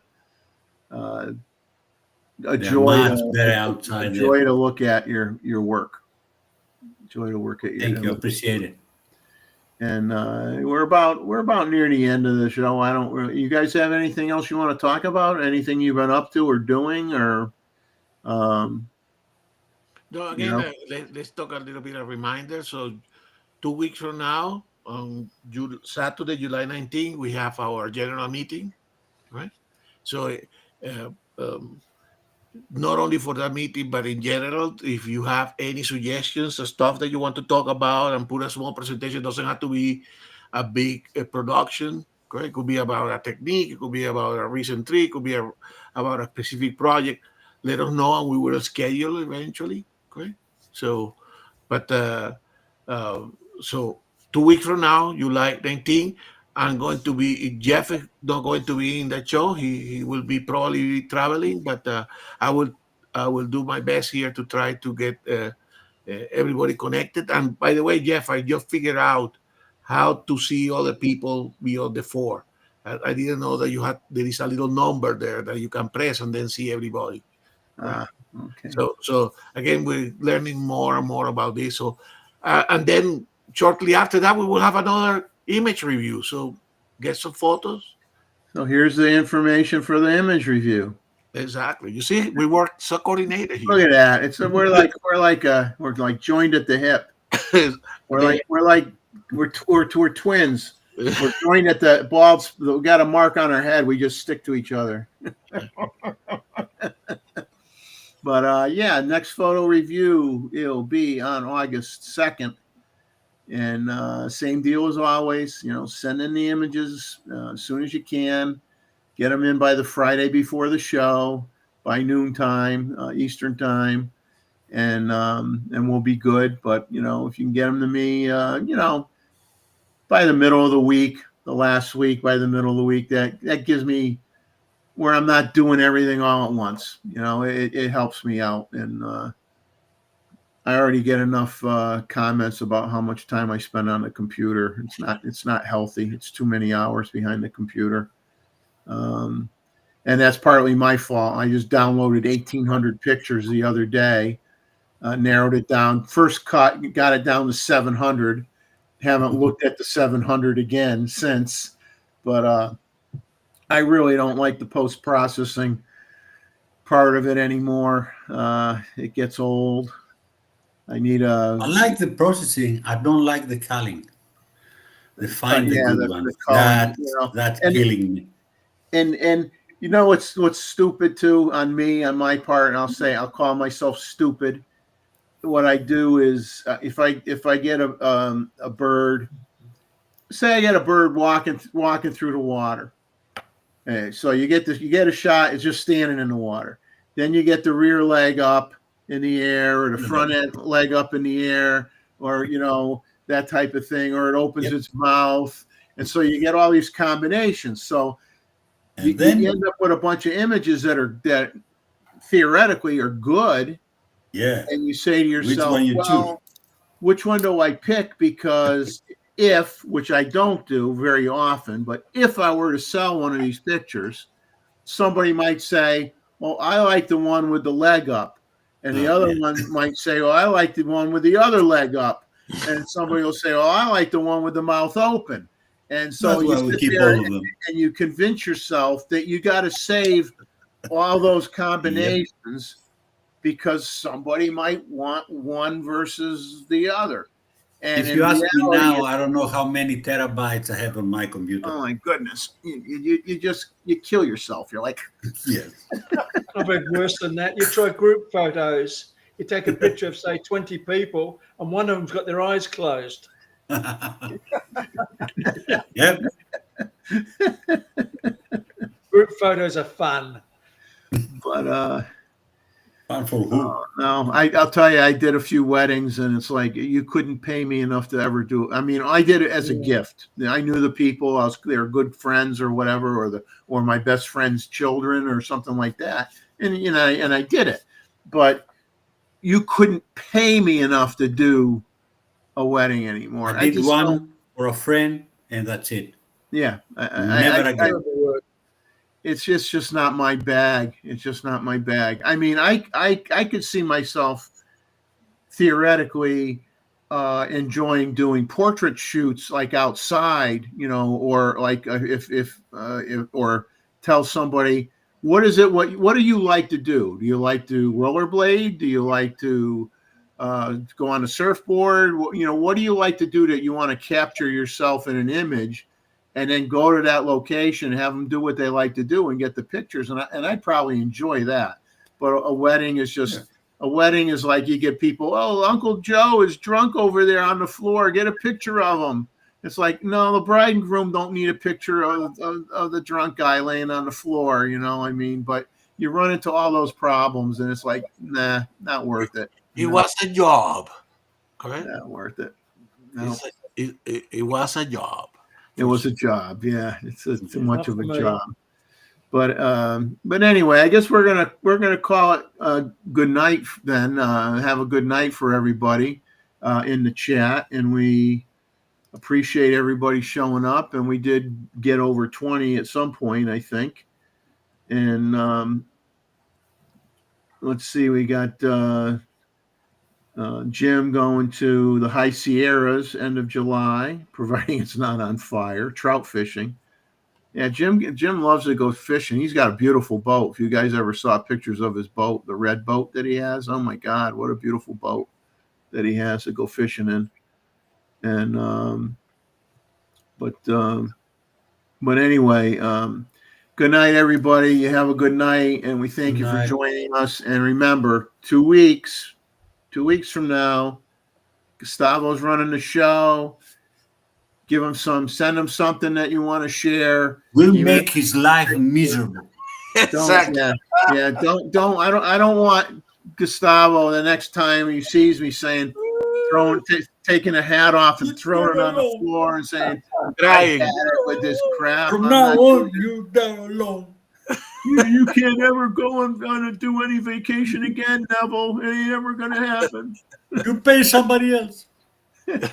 Well, I always like, even with the more experienced streamers, every now and then they forget to turn on the microphone. And you write in the chat saying, hey, no sound, no sound, no sound. And then they finally look in the chat. Oh, really? No sound. Grace of everybody in the chat in Westminster. Yeah. Enjoy the rest of your 4th of July holiday weekend. And we'll see you in a couple weeks. And that was yesterday for us. Yesterday for you. You live on the